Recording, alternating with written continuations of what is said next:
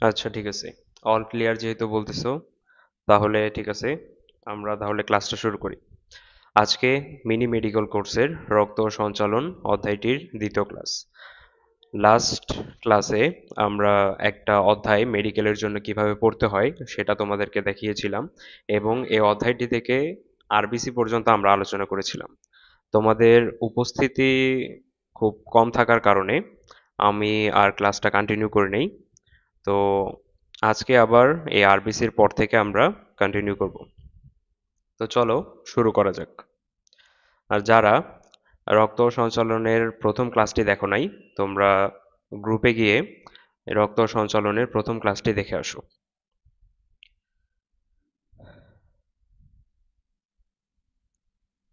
আমরা ওদিন লাস্ট ক্লাসে আরবিসি পর্যন্ত দেখেছিলাম। তো চলো আজকে আমরা এরপর থেকে শুরু করি।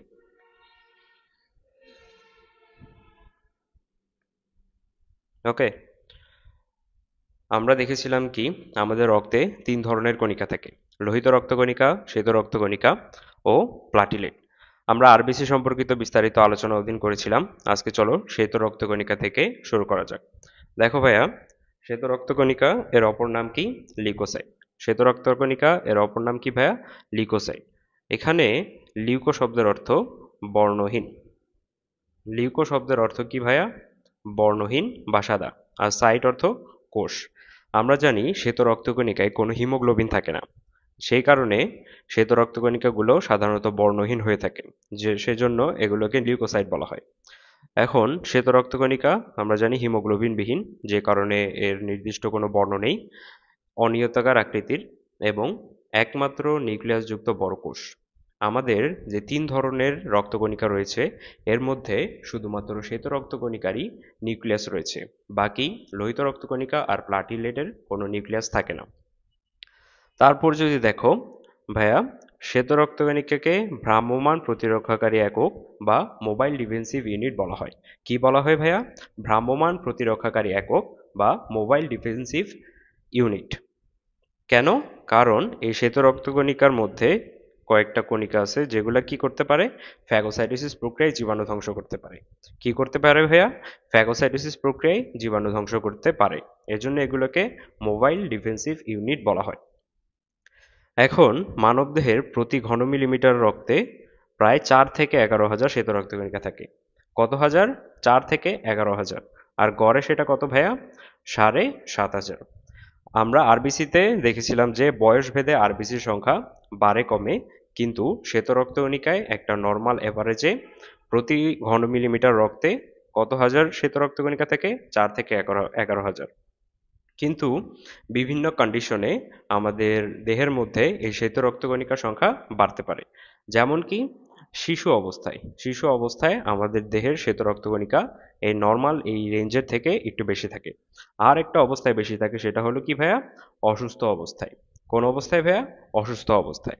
কারণ যখন আমরা কোনো ব্যাকটেরিয়া দ্বারা আক্রান্ত হই, তখন আমাদের বডিতে অ্যান্টিবডি তৈরি হয়ে থাকে। এই অ্যান্টিবডি কিসের মাধ্যমে তৈরি হয়? আমাদের এই শ্বেত রক্তকণিকা এই অ্যান্টিবডিগুলো তৈরি করে থাকে। সেজন্য অসুস্থ অবস্থায় আমাদের দেহের মধ্যে, রক্তের মধ্যে শ্বেত রক্তকণিকার সংখ্যা বেড়ে যায়। তারপর দেখো ভাইয়া, লোহিত রক্তকণিকা ও শ্বেত রক্তকণিকার গড় অনুপাত কত? 600:1। লোহিত রক্তকণিকা ও শ্বেত রক্তকণিকার গড় অনুপাত কত? 600:1। অর্থাৎ এটা দ্বারা কি বোঝায়? প্রতি 600টা আরবিসির জন্য কয়টা ডাব্লিউবিসি থাকবে? একটা। প্রতি 600টা আরবিসির জন্য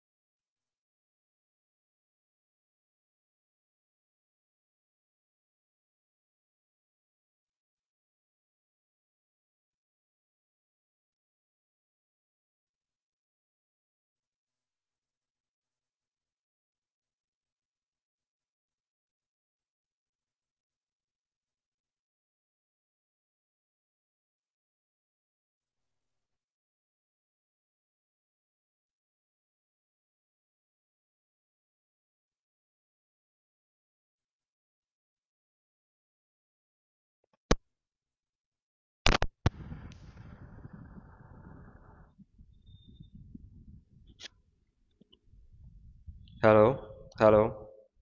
এখন সাউন্ড শোনা যাচ্ছে? এখন সাউন্ড শোনা যাচ্ছে কিনা আমাকে একটু জানাও। এখন সাউন্ড শোনা যাচ্ছে কিনা আমাকে একটু জানাও। এখন কি সাউন্ড শোনা যাচ্ছে?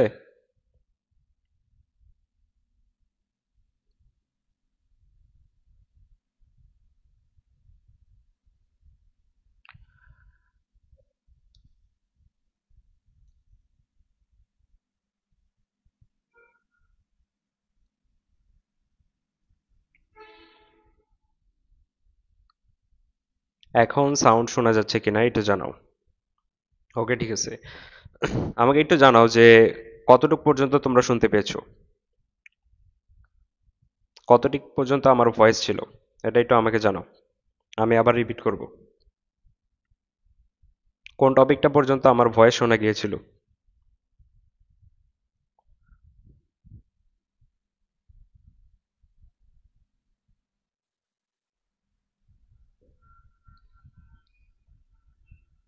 আচ্ছা, সাউন্ড ক্লিয়ার, ঠিক আছে। ওকে, এখন একটু জানাও যে কোন টপিকটা পর্যন্ত আমার ভয়েস তোমরা শুনতে পেয়েছো।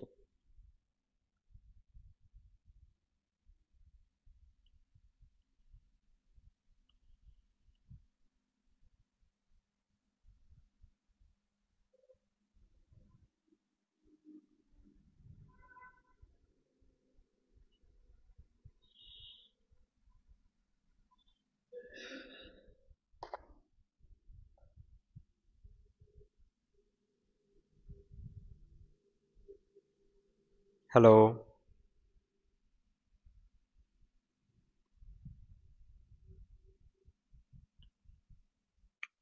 শুভ অথবা রেদওয়ান, তোমরা একটু জানাও আমাকে যে কোন টপিকটা পর্যন্ত আমার ভয়েস ছিল।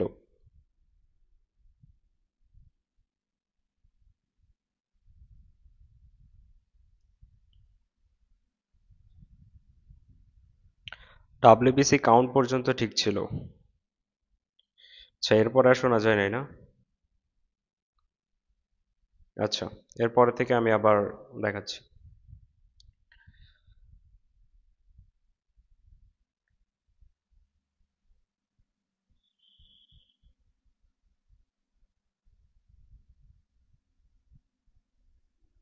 আচ্ছা, সমস্যা নেই, আমি আবার রিপিট করছি।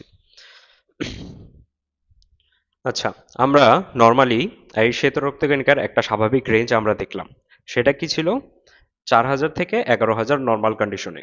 কিন্তু কোনো ডিজিজ স্টেজে আমাদের এই শ্বেত রক্তকণিকার সংখ্যা নর্মালি স্বাভাবিকের চেয়ে বেশি হয়ে থাকে। ধরো কোনো কারণে শ্বেত রক্তকণিকার সংখ্যা যদি স্বাভাবিকের চেয়ে বেশি হয়, কি হয় ভাইয়া?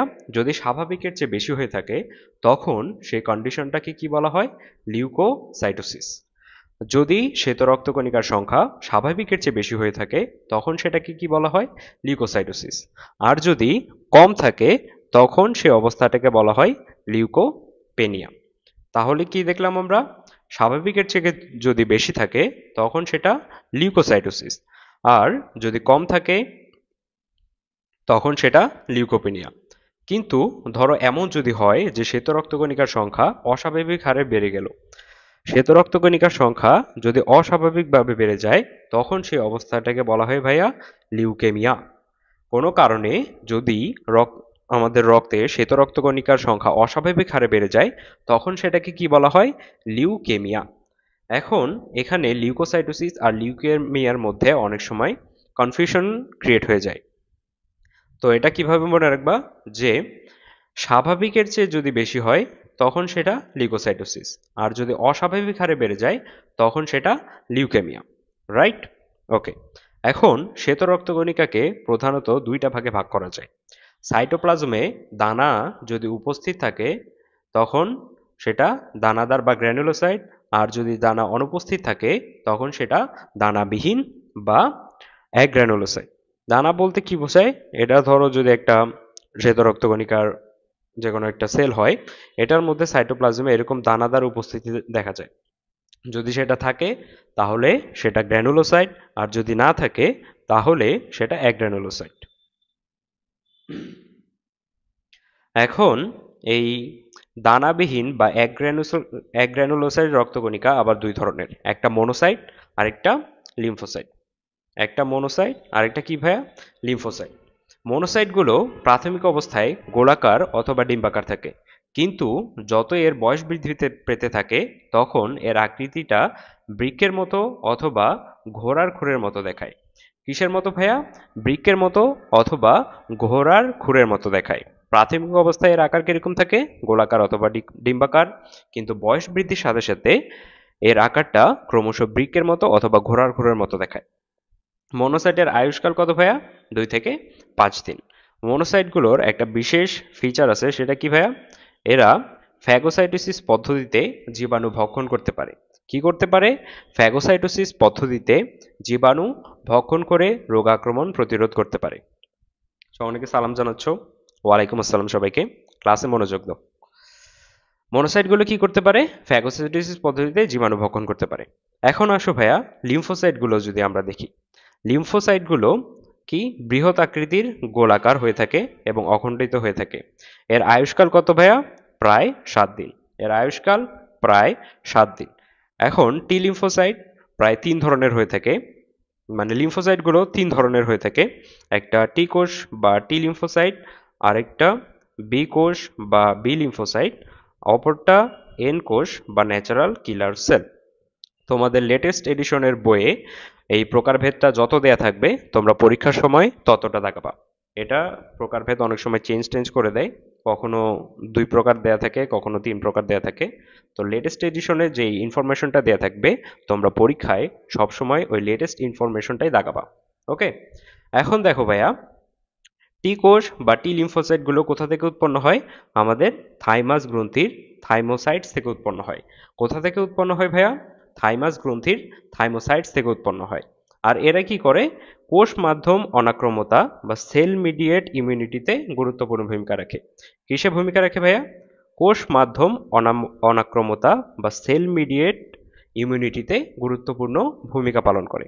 এখন এই সেল মিডিয়েটেড ইমিউনিটি বলতে কি বোঝায়? এই যে টি লিম্ফোসাইটগুলো আছে, এগুলা এক থেকে এক কোষে স্থানান্তরিত হতে পারে এবং তার সে কাজ বা জীবাণু ধ্বংস করার কাজ সে চালাতে পারে, কিন্তু এরা কখনো রক্তের মধ্যে প্রবেশ করতে পারে না।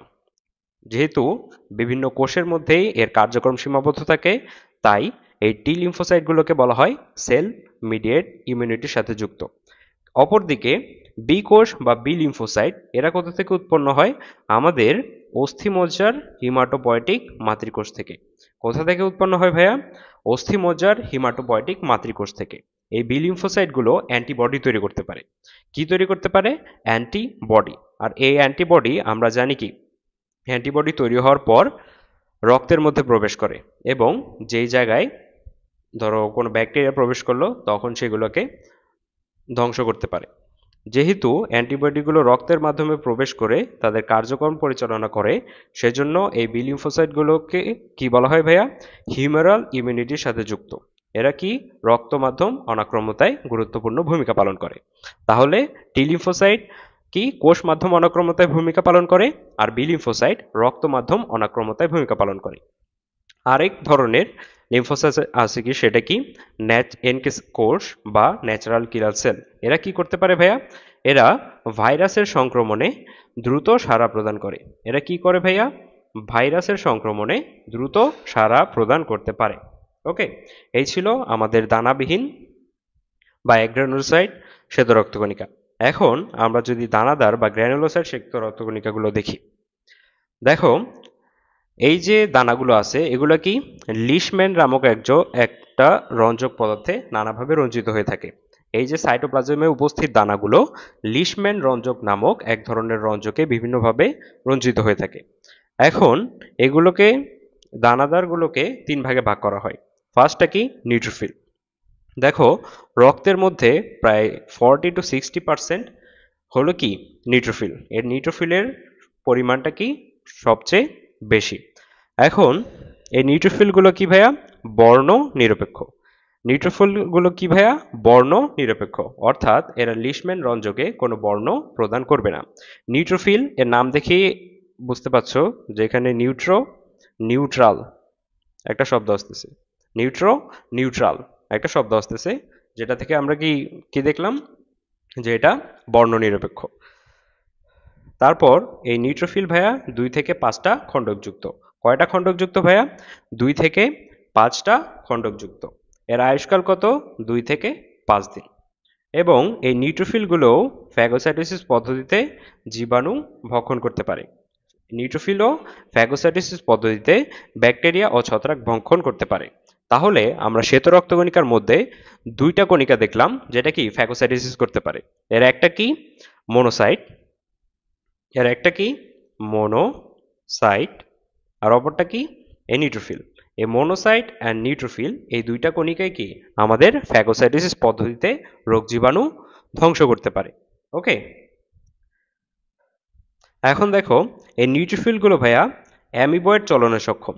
কি ধরনের চলন ভাইয়া? অ্যামিবয়েড চলন। আমরা জানি কি অ্যামিবার নির্দিষ্ট কোনো আকার আকৃতি নেই, ঠিক তেমনি একইভাবে নিউট্রোফিলও তার আকার আকৃতির পরিবর্তন করে আমাদের যে রক্তনালী বা কৈশিক ঝালিকা আছে সেগুলার প্রাচীর ভেদ করে সংক্রমণ স্থলে পৌঁছতে পারে। কি করতে পারে ভাইয়া? কৈশিক জালির প্রাচীরে ছোট ছিদ্র ভেদ করে টিস্যুতে ও সংক্রমণ স্থলে উপস্থিত হতে পারে এবং সেখানে ফ্যাগোসাইটোসিস প্রক্রিয়ার মাধ্যমে রোগ জীবাণুগুলোকে ধ্বংস করতে পারে। আর এই রোগ জীবাণু ধ্বংস করার সেই প্রক্রিয়াকে তখন কি বলা হয় ভাইয়া? ডায়াবেটিসিস। কি বলা হয় ভাইয়া? ডায়াবেটিসিস। তাহলে এই ডায়াবেটিসিস কে করে ভাইয়া? নিউট্রোফিল। কে করে? নিউট্রোফিল। এখন আসো ইওসিনোফিল।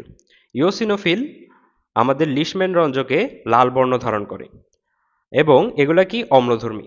তো আমরা জানি যে অম্লধর্মী যেসব পদার্থ আছে এগুলা কি আমাদের নীল লিটমাসকে লাল করে। তাই সেই হিসাবে আমরা মনে রাখতে পারি কি ইওসিনোফিল যেহেতু অম্লধর্মী তাই এগুলা লিশম্যান রঞ্জকে লাল বর্ণ ধারণ করে। এর নিউক্লিয়াস সাধারণত 2 খণ্ডকযুক্ত হয়। এদের আয়ুষ্কাল প্রায় 8 থেকে 12 দিন। ইওসিনোফিলগুলো দেহে অ্যালার্জির বিরুদ্ধে কাজ করে। কিসের বিরুদ্ধে কাজ করে ভাইয়া? দেহের অ্যালার্জির বিরুদ্ধে কাজ করে ইওসিনোফিল। কিছু অবস্থায় এই ইওসিনোফিলের সংখ্যা বেড়ে যায়। সে অবস্থাগুলো কি? অ্যালার্জি, পরজীবী সংক্রমণ, প্লীহা ও স্নায়ুতন্ত্রের রোগ। এই কয়েকটা কারণে আমাদের রক্তে ইওসিনোফিলের সংখ্যা বেড়ে যায়। কি কি কারণ ভাইয়া? অ্যালার্জি, পরজীবী সংক্রমণ, প্লীহা ও স্নায়ুতন্ত্রের রোগের কারণে। পরবর্তী রক্তকণিকাটা যদি আমরা দেখি সেটা কি? বেজোফিল। এই বেজোফিল থেকে প্রায় বেশ কয়েকবার মেডিকেলে এমসিকিউ আসতে দেখা গেছে। দেখো আমরা দেখেছিলাম কি ইওসিনোফিল অম্লধর্মী আর এই বেজোফিল কি ক্ষারধর্মী। তো যেহেতু এটা ক্ষারধর্মী তাই এটা কি লিশম্যান রঞ্জকে কি বর্ণ ধারণ করবে ভাইয়া? নীল বর্ণ ধারণ করবে। এদের নিউক্লিয়াস 2 খণ্ডকযুক্ত হয় এবং এর আকৃতি কিরকম হয় ভাইয়া? বৃক্কাকার। এদের নিউক্লিয়াস 2 খণ্ডকযুক্ত এবং আকৃতি বৃক্কাকার। এদের আয়ুষ্কাল প্রায় 12 থেকে 15 দিন। বেজোফিল 2 ধরনের পদার্থ ক্ষরণ করে, একটা হলো হিস্টামিন আর অপরটি হলো কি হেপারিন। এই হিস্টামিন কি করে ভাইয়া? আমাদের দেহের রোগ প্রতিরোধ ক্ষমতা বৃদ্ধিতে সহায়তা করে। তাহলে হিস্টামিন কি করে ভাইয়া? দেহের রোগ প্রতিরোধ ক্ষমতা বৃদ্ধিতে সহায়তা করে। আর হেপারিন কি করে? আমাদের রক্তকে রক্তনালীর মধ্যে জমাট বাঁধতে বাধা প্রদান করে। হেপারিন কি করে? রক্তকে রক্তনালীর মধ্যে জমাট বাঁধতে বাধা প্রদান করে। তাহলে বেজোফিল কি কি ক্ষরণ করলো? হিস্টামিন আর হেপারিন। যার মধ্যে হিস্টামিন কি করলো? আমাদের দেহের রোগ প্রতিরোধ ক্ষমতা বৃদ্ধিতে সহায়তা করলো। আর হেপারিন কি করলো? আমাদের রক্তকে রক্তনালীর মধ্যে জমাট বাঁধতে বাধা প্রদান করলো। তো এতক্ষণ আমরা আলাদা আলাদাভাবে প্রতিটা শ্বেত রক্তকণিকার কাজ জানলাম। এখন একবারে যদি গ্রসলি শ্বেত রক্তকণিকার কাজগুলো যদি আমরা দেখি, কি বলছিলাম আমরা ভাইয়া? যে মোনোসাইট আর নিউট্রোফিল এই দুইটা কি ফ্যাগোসাইটোসিস প্রক্রিয়ায় জীবাণু ধ্বংস করতে পারে। মোনোসাইট আর নিউট্রোফিল, বাকি কণাগুলো কিন্তু পারে না। এবং লিম্ফোসাইটগুলো অ্যান্টিবডি সৃষ্টি করে। লিম্ফোসাইটগুলো অ্যান্টিবডি সৃষ্টি করে, specially B lymphocyte. B lymphocyte কি করে? অ্যান্টিবডি সৃষ্টি করে রোগ প্রতিরোধ ক্ষমতা বৃদ্ধি করে। এজন্য এই লিম্ফোসাইটগুলোকে কি বলা হয় ভাইয়া? আণুবীক্ষণিক সৈনিক। আণুবীক্ষণিক সৈনিক। তাহলে আণুবীক্ষণিক সৈনিক কাকে বলা হয়? লিম্ফোসাইটগুলোকে। কেন? কারণ এগুলো অ্যান্টিবডি সৃষ্টির মাধ্যমে রোগ প্রতিরোধ করে থাকে। তারপরে বেসোফিল যে হেপারিন নিঃসরণ করছিল সেটা কি করে? রক্তনালীর অভ্যন্তরে রক্ত জমাট বাঁধা রোধ করে থাকে। তারপর যে হিস্টামিন নিঃসরণ করছিল এগুলো আমাদের দেহে কি করে, রোগ প্রতিরোধ ক্ষমতা বৃদ্ধি করে। তারপর নিউট্রোফিলের কিছু বিষাক্ত দানা জীবাণু ধ্বংস করে থাকে। এছাড়া ইওসিনোফিল রক্তে প্রবেশকৃত কৃমির লার্ভা ধ্বংস করে এবং অ্যালার্জিতে সাড়া প্রদান করে। ইওসিনোফিল কি করে ভাইয়া? রক্তে প্রবেশকৃত কৃমির লার্ভা ধ্বংস করে এবং অ্যালার্জিতে সাড়া প্রদান করে। ক্লিয়ার?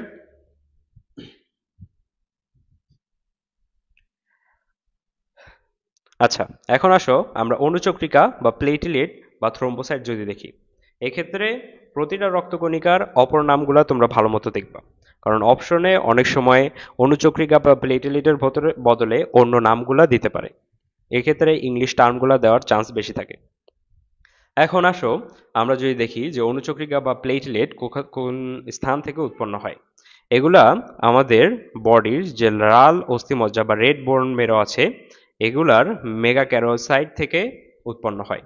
তাহলে প্লেটলেট কোথা থেকে উৎপন্ন হলো ভাইয়া? আমাদের দেহের লাল অস্থিমজ্জার মেগাক্যারিওসাইট নামক বড় কোষ থেকে। আমাদের রক্তে প্রায় প্রতি ঘন মিলিমিটার রক্তে অণুচক্রিকার সংখ্যা কত? 1.5 লাখ থেকে 4 লাখ। কত ভাইয়া? 1.5 লাখ থেকে 4 লাখ। আর রক্তস্রোতের প্রবেশ করার পর এই অণুচক্রিকাগুলোর আয়ুষ্কাল কত? প্রায় 5 থেকে 9 দিন। আর এগুলো ধ্বংসপ্রাপ্ত হয় কোথায় ভাইয়া? যকৃত ও প্লীহার ম্যাক্রোফেজের মাধ্যমে। কোথায় ধ্বংসপ্রাপ্তি হয়? যকৃত ও প্লীহার ম্যাক্রোফেজের মাধ্যমে। এখন অণুচক্রিকার কাজগুলো যদি আমরা দেখি, এটা কি করে? অস্থায়ী প্লেটলেট প্লাগ সৃষ্টির মাধ্যমে আমাদের রক্তপাত বন্ধ করে। যখন ধরো আমাদের বডিতে কোনো স্থানে যখন কেটে যায় তখন সেখান থেকে কি হয় ভাইয়া? বিভিন্ন ক্লটিং ফ্যাক্টর বা প্লাটিলেট সেখানে ক্ষরিত হয়। এই প্লাটিলেটগুলো পরে অ্যাক্টিভেটেড হয়ে অনেকগুলো প্লাটিলেটকে একসাথে জড়ো হয়ে প্রায় একটা প্লেটিলেট প্লাগ সৃষ্টি করে। যার এই প্লেটিলেট প্লাগগুলো পরে কি করে? রক্তের বাকি যেসব কণিকাগুলো আছে ওগুলাকে আটকিয়ে ফেলে বা ট্র্যাপ করে ফেলে। এর মাধ্যমে আস্তে আস্তে রক্তপাত বন্ধ হয়ে যায়। তাহলে কি অণুচক্রিকা কি করলো ভাইয়া? অস্থায়ী প্লেটিলেট প্লাগ সৃষ্টির মাধ্যমে রক্তপাত বন্ধ করলো। এটাকে অস্থায়ী বলা হলো কেন? কারণ একবার রক্তপাত বন্ধ হয়ে গেলে প্লাজমিন নামক এক ধরনের এনজাইম এই ক্লটটাকে বা প্লেটিলেট প্লাগটাকে সরিয়ে ফেলে। কি করে? প্লাজমিন নামক এক ধরনের এনজাইম এই প্লেটিলেট প্লাগটাকে সরিয়ে ফেলে, সেজন্য এটাকে বলা হয়েছে কি? অস্থায়ী। তারপর রক্ত জমাট ত্বরান্বিত করতে বিভিন্ন ক্লটিং ফ্যাক্টর ক্ষরণ করে। কি করে ভাইয়া? বিভিন্ন ক্লটিং ফ্যাক্টর ক্ষরণ করে। আমরা জানি আমাদের ব্লাডে কয়টা ক্লটিং ফ্যাক্টর আছে? প্রায় 13 ধরনের। কয় ধরনের ভাইয়া? 13 ধরনের। এগুলো আমাদের রক্ত জমাট ত্বরান্বিত করতে হেল্প করে থাকে। তারপর প্রয়োজন শেষে রক্ত জমাট বিগলনে সাহায্য করে। ওই যে বললাম প্লাজমিন নামক এক ধরনের এনজাইম। কি নামক ভাইয়া? প্লাজমিন নামক এক ধরনের এনজাইম এই রক্ত জমাট বিগলনে সাহায্য করে। তারপর ফ্যাগোসাইটোসিস প্রক্রিয়ায় ভাইরাস ও ব্যাকটেরিয়া ধ্বংস করে থাকে। দেহের কোথাও ব্যথার সৃষ্টি হলে নিউট্রোফিল ও মনোসাইটকে আকৃষ্ট করতে রাসায়নিক পদার্থ ক্ষরণ করে। রক্তবাহিকার এন্ডোথেলিয়ামের অন্তঃপ্রাচীর সুরক্ষার জন্য বিভিন্ন গ্রোথ ফ্যাক্টরও ক্ষরণ করে থাকে। তারপর আরেকটা বিশেষ কাজ করে, সেটা কি ভাইয়া? সেরোটোনিন নামক এক ধরনের রাসায়নিক পদার্থ ক্ষরণ করে। প্লাটিলেট কি করে ভাইয়া? সেরোটোনিন নামক এক ধরনের রাসায়নিক পদার্থ ক্ষরণ করে। এই সেরোটোনিন কি করে ভাইয়া? আমাদের রক্তবাহিকাকে দ্রুত সংকুচিত করে আমাদের ব্লাড প্রেশার বৃদ্ধিতে সহায়তা করে। কি করে ভাইয়া? আমাদের রক্তবাহিকাকে দ্রুত সংকোচনে উদ্বুদ্ধ করে, যার ফলে আমাদের ব্লাড প্রেশার বেড়ে যায়। তাহলে সেরোটোনিন কে ক্ষরণ করলো? প্লাটিলেট। এর কাজ কি? রক্তবাহিকাকে দ্রুত সংকোচনে উদ্বুদ্ধ করা। আচ্ছা, যদি আমাদের বডিতে কোনো কারণে স্বাভাবিকের চেয়ে অনেক বেশি অণুচক্রিকার উপস্থিতি দেখা যায় তখন অনেক সময় দেখা যায় যে আমাদের ব্লাড ভেসেলগুলোর ভিতরে অনেক সময় রক্ত জমাট সৃষ্টি হয়ে যেতে পারে, যেটা পরবর্তীতে স্ট্রোক বা হার্ট রেট সম্ভাবনাকে অনেক গুণ বাড়িয়ে দেয়। ঠিক আছে? এসব কাজগুলো খুব ইম্পর্টেন্ট। প্রতিটা রক্তকণিকার কাজ খুবই ইম্পর্টেন্ট। প্রায় প্রায় বছরই দেখা যায়, প্রতি বছরই দেখা যায় যে কি এইসব কাজগুলো থেকে মেডিকেলে প্রশ্ন আসতে দেখা যায়। তো তোমরা এইসব কাজগুলো খুব ভালো মতো দেখবা।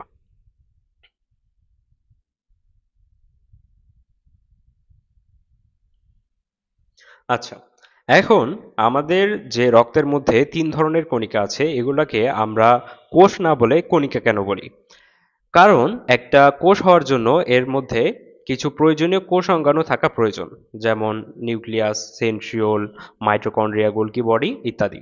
এসব কোষ অঙ্গাণুর উপস্থিতি থাকা খুবই জরুরি একটা কোষ হওয়ার জন্য। কিন্তু আমাদের এইসব রক্তকণিকার মধ্যে এসব কোষ অঙ্গাণু থাকে না।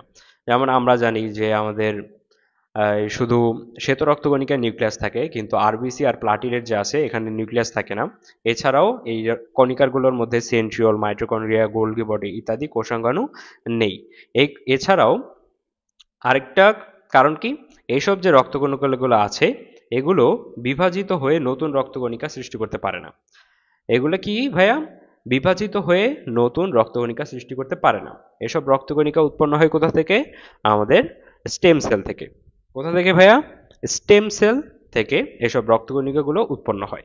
এদের কোনো বিভাজন হয় না, যে কারণে এইসব রক্তকণিকাগুলোকে কোষ বলা হয় না, কণিকা বলা হয়। সেরোটোনিনের কাজটা একটু আবার বলবেন ভাইয়া। আচ্ছা, সেরোটোনিন কি করে ভাইয়া? সেরোটোনিন আমাদের রক্তবাহিকাকে বা ব্লাড ভেসেলগুলোকে দ্রুত সংকোচনে উদ্বুদ্ধ করে। সেরোটোনিন কি করে? আমাদের রক্তবাহিকাকে বা ব্লাড ভেসেলগুলোকে দ্রুত সংকোচনে উদ্বুদ্ধ করে, যেটা আমাদের রক্ত চঞ্চলনে হেল্প করে, প্লাস আমাদের ব্লাড প্রেশার বৃদ্ধি করতেও এটা হেল্প করে। ক্লিয়ার?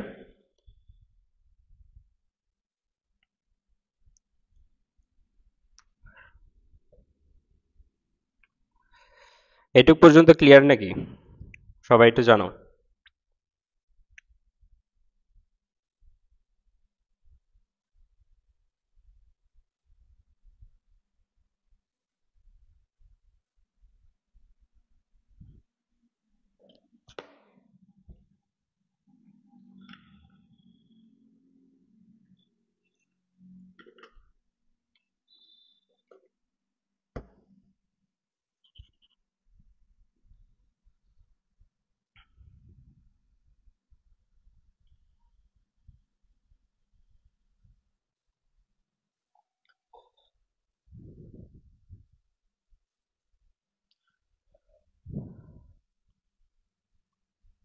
এতক্ষণ যা পড়াইলাম এটুক পর্যন্ত সবাই ক্লিয়ার কিনা আমাকে একটু জানাও। আর কোনো ধরনের প্রশ্ন থাকলে আমাকে করতে পারো। আচ্ছা ঠিক আছে, ক্লিয়ার ভাইয়া।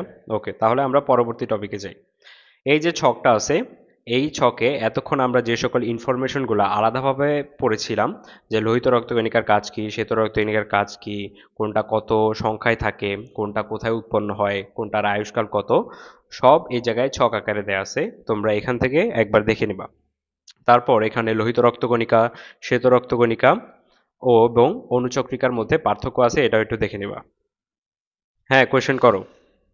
কি প্রশ্ন আছে করো।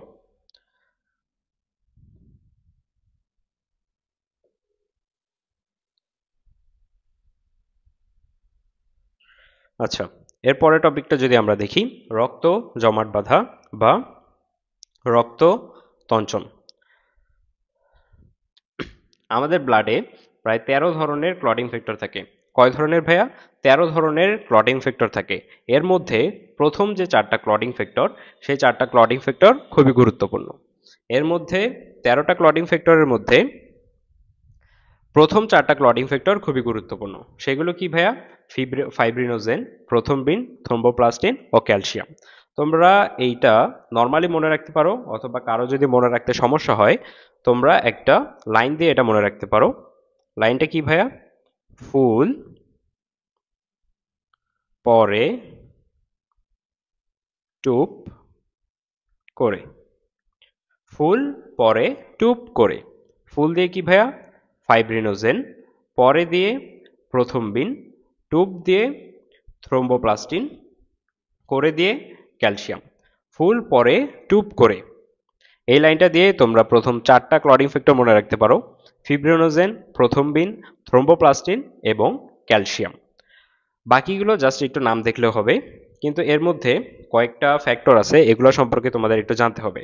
যেমন এই যে ফ্যাক্টর 8 বা অ্যান্টি হিমোফিলিক ফ্যাক্টর এবং ফ্যাক্টর 9 ক্রিসমাস ফ্যাক্টর, এই দুইটা ফ্যাক্টর যদি কোনো কারণে আমাদের দেহের মধ্যে অনুপস্থিত থাকে তখন আমাদের রক্ত তঞ্চনের যে স্বাভাবিক সময়কাল সেটা বৃদ্ধি পায়। কি হয় ভাইয়া, এই 8 আর 9 নং ফ্যাক্টর যদি আমাদের রক্তে অনুপস্থিত থাকে তখন আমাদের রক্ত তঞ্চন হতে একটু বেশি সময়ের প্রয়োজন হয়, যে কন্ডিশনটাকে তখন কি বলা হয় ভাইয়া, হিমোফিলিয়া। কি বলা হয় ভাইয়া, হিমোফিলিয়া। এটা হিমোফিলিয়া কেন হয়, ফ্যাক্টর 8 এবং 9 নং ফ্যাক্টরের যদি অনুপস্থিত থাকে। তারপরে 10 নং ফ্যাক্টর স্টুয়ার্ট ফ্যাক্টর, এটা একটু দেখবা। 11 নং ফ্যাক্টর প্লাজমা থ্রোম্বোপ্লাস্টিন, 12 নং ফ্যাক্টর হ্যাগম্যান ফ্যাক্টর, এগুলোর নামগুলো জাস্ট একটু দেখবা। এখন আসো, ধরো যখন আমাদের বডিতে কোনো স্থানে কেটে যায় তখন কি প্লাটিলেটগুলো অ্যাক্টিভেট হয়।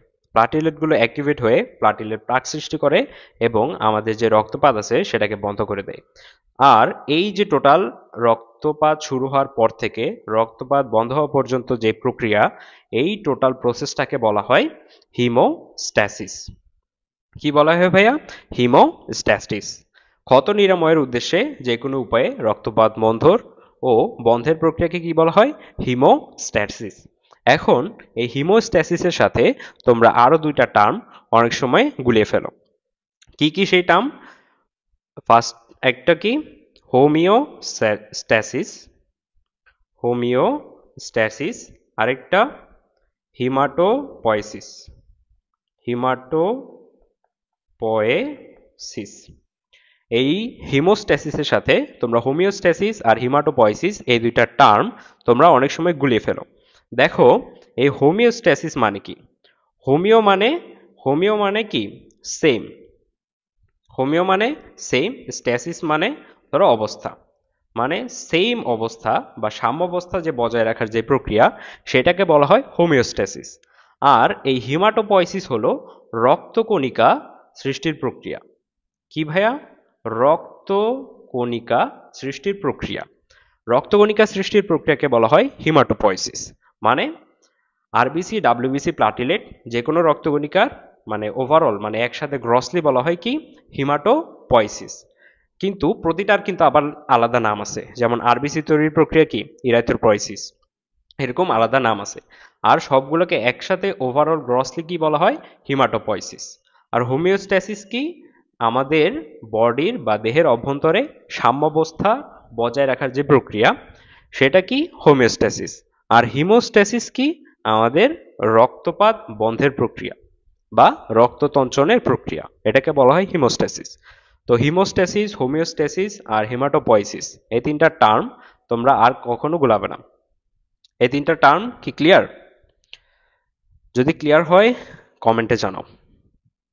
আমি গ্রুপে গতকাল পোস্ট দিছিলাম যে হিমাটোপয়েসিস কি, দেখলাম ম্যাক্সিমাম এটার উত্তর ভুল দিয়েছো, একজন শুধু সঠিক উত্তর দিয়েছিল এটার। তো এখন আসো আমরা যদি রক্ততঞ্চন প্রক্রিয়াটা একটু সংক্ষেপে দেখি। যে ফার্স্টে ধরো আমাদের কোনো বডিতে কোনো জায়গায় কেটে গেল, তখন কি এই বিনষ্ট অনুচক্রিকা ও টিস্যু জাতীয় যে কোষগুলো আছে এগুলা বাতাসের সংস্পর্শে এসে কি হয়, অ্যাক্টিভেট হয় এবং এগুলা কি রিলিজ করে, থ্রোম্বোপ্লাস্টিন রিলিজ করে। যখন আমাদের বডির কোনো অংশ কেটে যায় তখন প্লাটিলেটগুলো বাতাসের সংস্পর্শে এসে কি রিলিজ করে ভাইয়া, থ্রোম্বোপ্লাস্টিন। এই থ্রোম্বোপ্লাস্টিন পরে ক্যালসিয়াম আয়নের সহায়তায়, এই থ্রোম্বোপ্লাস্টিন পরবর্তীতে ক্যালসিয়াম আয়নের সহায়তায় এই নিষ্ক্রিয় যে প্রথম্বিনটা আছে এটাকে সক্রিয় থ্রোম্বিনে পরিণত করে। কি করে ভাইয়া, থ্রোম্বোপ্লাস্টিন ক্যালসিয়াম আয়নের সহায়তায় নিষ্ক্রিয় যে প্রথম্বিনটা আছে এটাকে সক্রিয় থ্রোম্বিনে পরিণত করে। তারপর যে থ্রোম্বিনটা উৎপন্ন হলো এই থ্রোম্বিন কি করে, ফাইব্রিনোজেনকে ফাইব্রিন মনোমারে পরিণত করে। থ্রোম্বিন কি করে ভাইয়া, ফাইব্রিনোজেনকে ফাইব্রিন মনোমারে পরিণত করে। তারপর এই ফাইব্রিন মনোমারগুলো একের অধিক একসাথে যুক্ত হয়ে ফাইব্রিন জালক গঠন করে। কি করে ভাইয়া, ফাইব্রিন মনোমারগুলো একসাথে অনেকগুলো যুক্ত হয়ে ফাইব্রিন জালক গঠন করে। এই ফাইব্রিন জালকগুলো আবার পরস্পরের সাথে সংযোজিত হয়ে ফাইব্রিন পলিমার গঠন করে। এই ফাইব্রিন পলিমার তখন রক্তের যে বাকি উপাদানগুলো আছে যেমন ডাব্লিউবিসি, আরবিসি এছাড়া আর যে সকল উপাদানগুলো আছে সবগুলোকে কি করে ভাইয়া, এই যে এরকম আটকায় ফেলে। এরকম আটকানোর ফলে একসময় কি হয়, আমাদের যে রক্তপাত আছে সেটা বন্ধ হয়ে যায়। ক্লিয়ার? এখন এই জায়গায় কিছু টার্ম দরকার, যেমন রক্ত তঞ্চল কাল। রক্ত তঞ্চন কাল, এই রক্ত তঞ্চন কাল বলতে কি বোঝায়? ধরো আমাদের বডিতে যখন কোনো একটা অংশ কেটে যায়, এই কেটে যাওয়ার পর থেকে রক্ত জমাট বাঁধতে যেই পরিমাণ সময় প্রয়োজন হয়, সেই সময়টাকে বলা হয় কি ভাইয়া? রক্ত তঞ্চন কাল। কি বললাম ভাইয়া?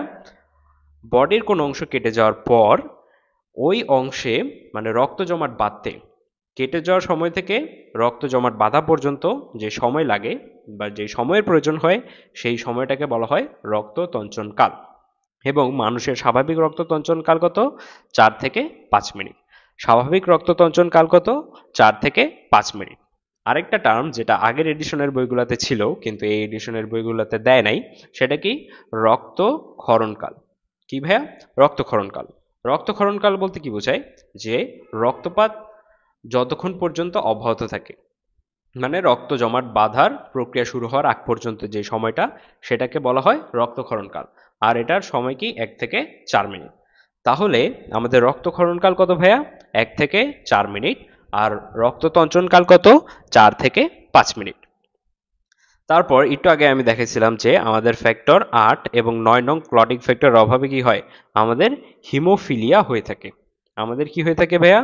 হিমোফিলিয়া। এখন আসো যে এই যে আমরা দেখলাম যে যখন আমাদের শরীর কেটে যায় বা যখন কোনো স্থানে ব্লিডিং হয়, তখন সেখানে ব্লাড ক্লট তৈরি হয় বা রক্ততঞ্চন হয়।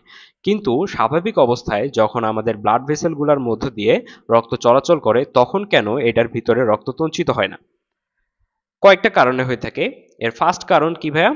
যে আমাদের রক্তনালীর যে অন্তর্গাত্র বা এন্ডোথেলিয়াম, সবচেয়ে ভিতরের যে স্তরটা, সেটা কি? খুবই মসৃণ। আমাদের রক্তনালীর এন্ডোথেলিয়ামটা খুবই মসৃণ। এই কারণে কি হয়? এর মধ্যে রক্ত তঞ্চিত হয় না। ধরো কোনো একটা, ধরো মসৃণ টাইলস এর একটা স্থান আছে, সেই জায়গায় যদি তুমি কয়েকটা মার্বেল গড়ায় পড়তে দাও, তাহলে কি দেখবা? যে মার্বেলগুলো ইজিলি গড়ায় পড়তেছে, এরা আটকাইতেছে না। একটা সময় পরে গিয়ে আটকাবে গ্র্যাভিটির কারণে। কিন্তু নর্মালি মসৃণ টাইলসের যদি একটা ফ্লোরে বা কোনো মসৃণ একটা অঞ্চলে বা কোনো একটা সারফেসে তুমি যদি মার্বেলগুলো ছেড়ে দাও, তখন দেখবা এগুলো গড়িয়ে পড়তেছে, কোথাও বাধার সম্মুখীন হচ্ছে না। কিন্তু যদি কোনো এবড়ো থেবড়ো ধরনের সারফেসে, ধরো এবড়ো থেবড়ো সারফেসে তুমি এই মার্বেলগুলো গড়াইতে দিলা, ধরো মাটির মধ্যে বা কোনো এবড়ো থেবড়ো সারফেস, সেখানে যদি তুমি এই মার্বেলগুলো গড়ায় পড়তে দাও বা ছেড়ে দাও, তখন দেখবা এই মার্বেলগুলো কি? থেমে যাবে বা বাধার সম্মুখীন হবে। বুঝছো? এই কারণে আমাদের রক্তনালীর এন্ডোথেলিয়াম খুব মসৃণ হওয়ার কারণে নর্মালি এটার মধ্যে রক্ত তঞ্চিত হয় না। সেকেন্ড যে কারণ, আমাদের রক্তনালীর ভিতরে রক্তের গতি। আমাদের রক্তনালীর ভিতরে রক্তের গতি খুব বেশি পরিমাণে হয়ে থাকে। এত বেশি পরিমাণ হয়ে থাকে যে এর মধ্যে রক্ত তঞ্চিত হতে পারে না।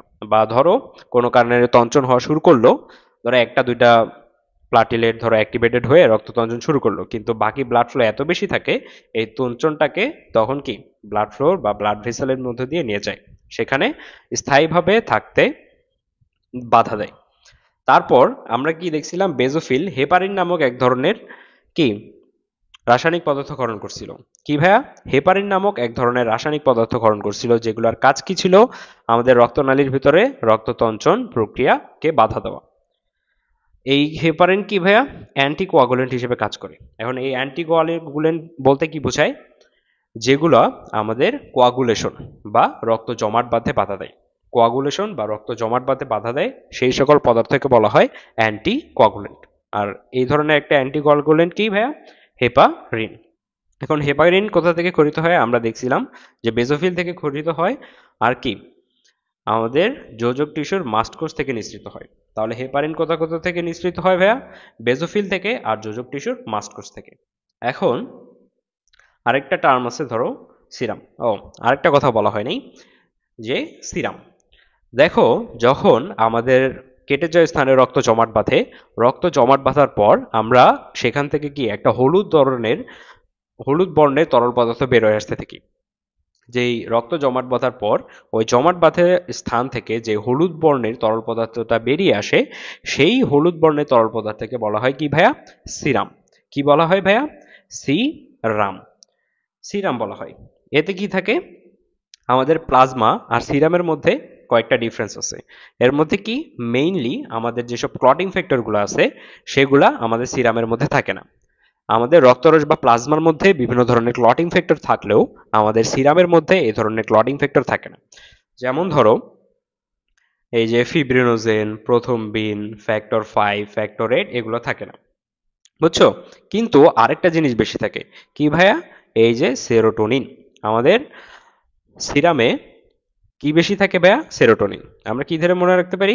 সিরামের দন্ত স, সিরাম সেরোটোনিন, সিরাম সেরোটোনিন। সিরামে কোনটা বেশি থাকে? সেরোটোনিন। তারপর এই যে ক্লট সৃষ্টি হলো, এই যে ক্লটটা এখানে সৃষ্টি হলো, এই ক্লটটা তো কার এখানে সারা জীবন রেখে দেওয়া যায় না, এটাকে অবশ্যই কি, এটাকে ধ্বংস করে দিতে হবে। আর এটা ধ্বংস করে কি ভাইয়া? প্লাজমিন নামক এক ধরনের এনজাইম। আমাদের যেই কি, যে ফিব্রিনোজেন জালক যেটা তৈরি হয়েছিল, এই ফিব্রিনোজেন জালককে ধ্বংস করে কে? প্লাজমিন নামক এনজাইম। ঠিক আছে?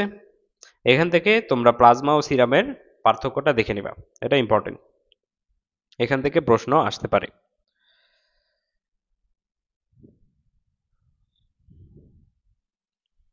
ওকে, এখন আসো লসিকা বা লিম্ফ।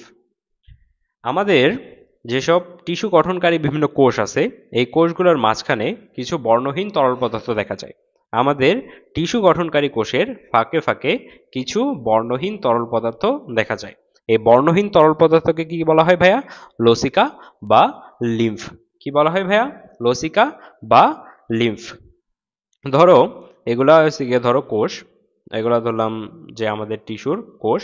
এই কোষের মাঝখানে এরকম ফ্লুইড জমা হতে দেখা যায়। এই ফ্লুইডগুলোকে বলা হয় কি ভাইয়া? লিম্ফ বা ইন্টারস্টিশিয়াল ফ্লুইড।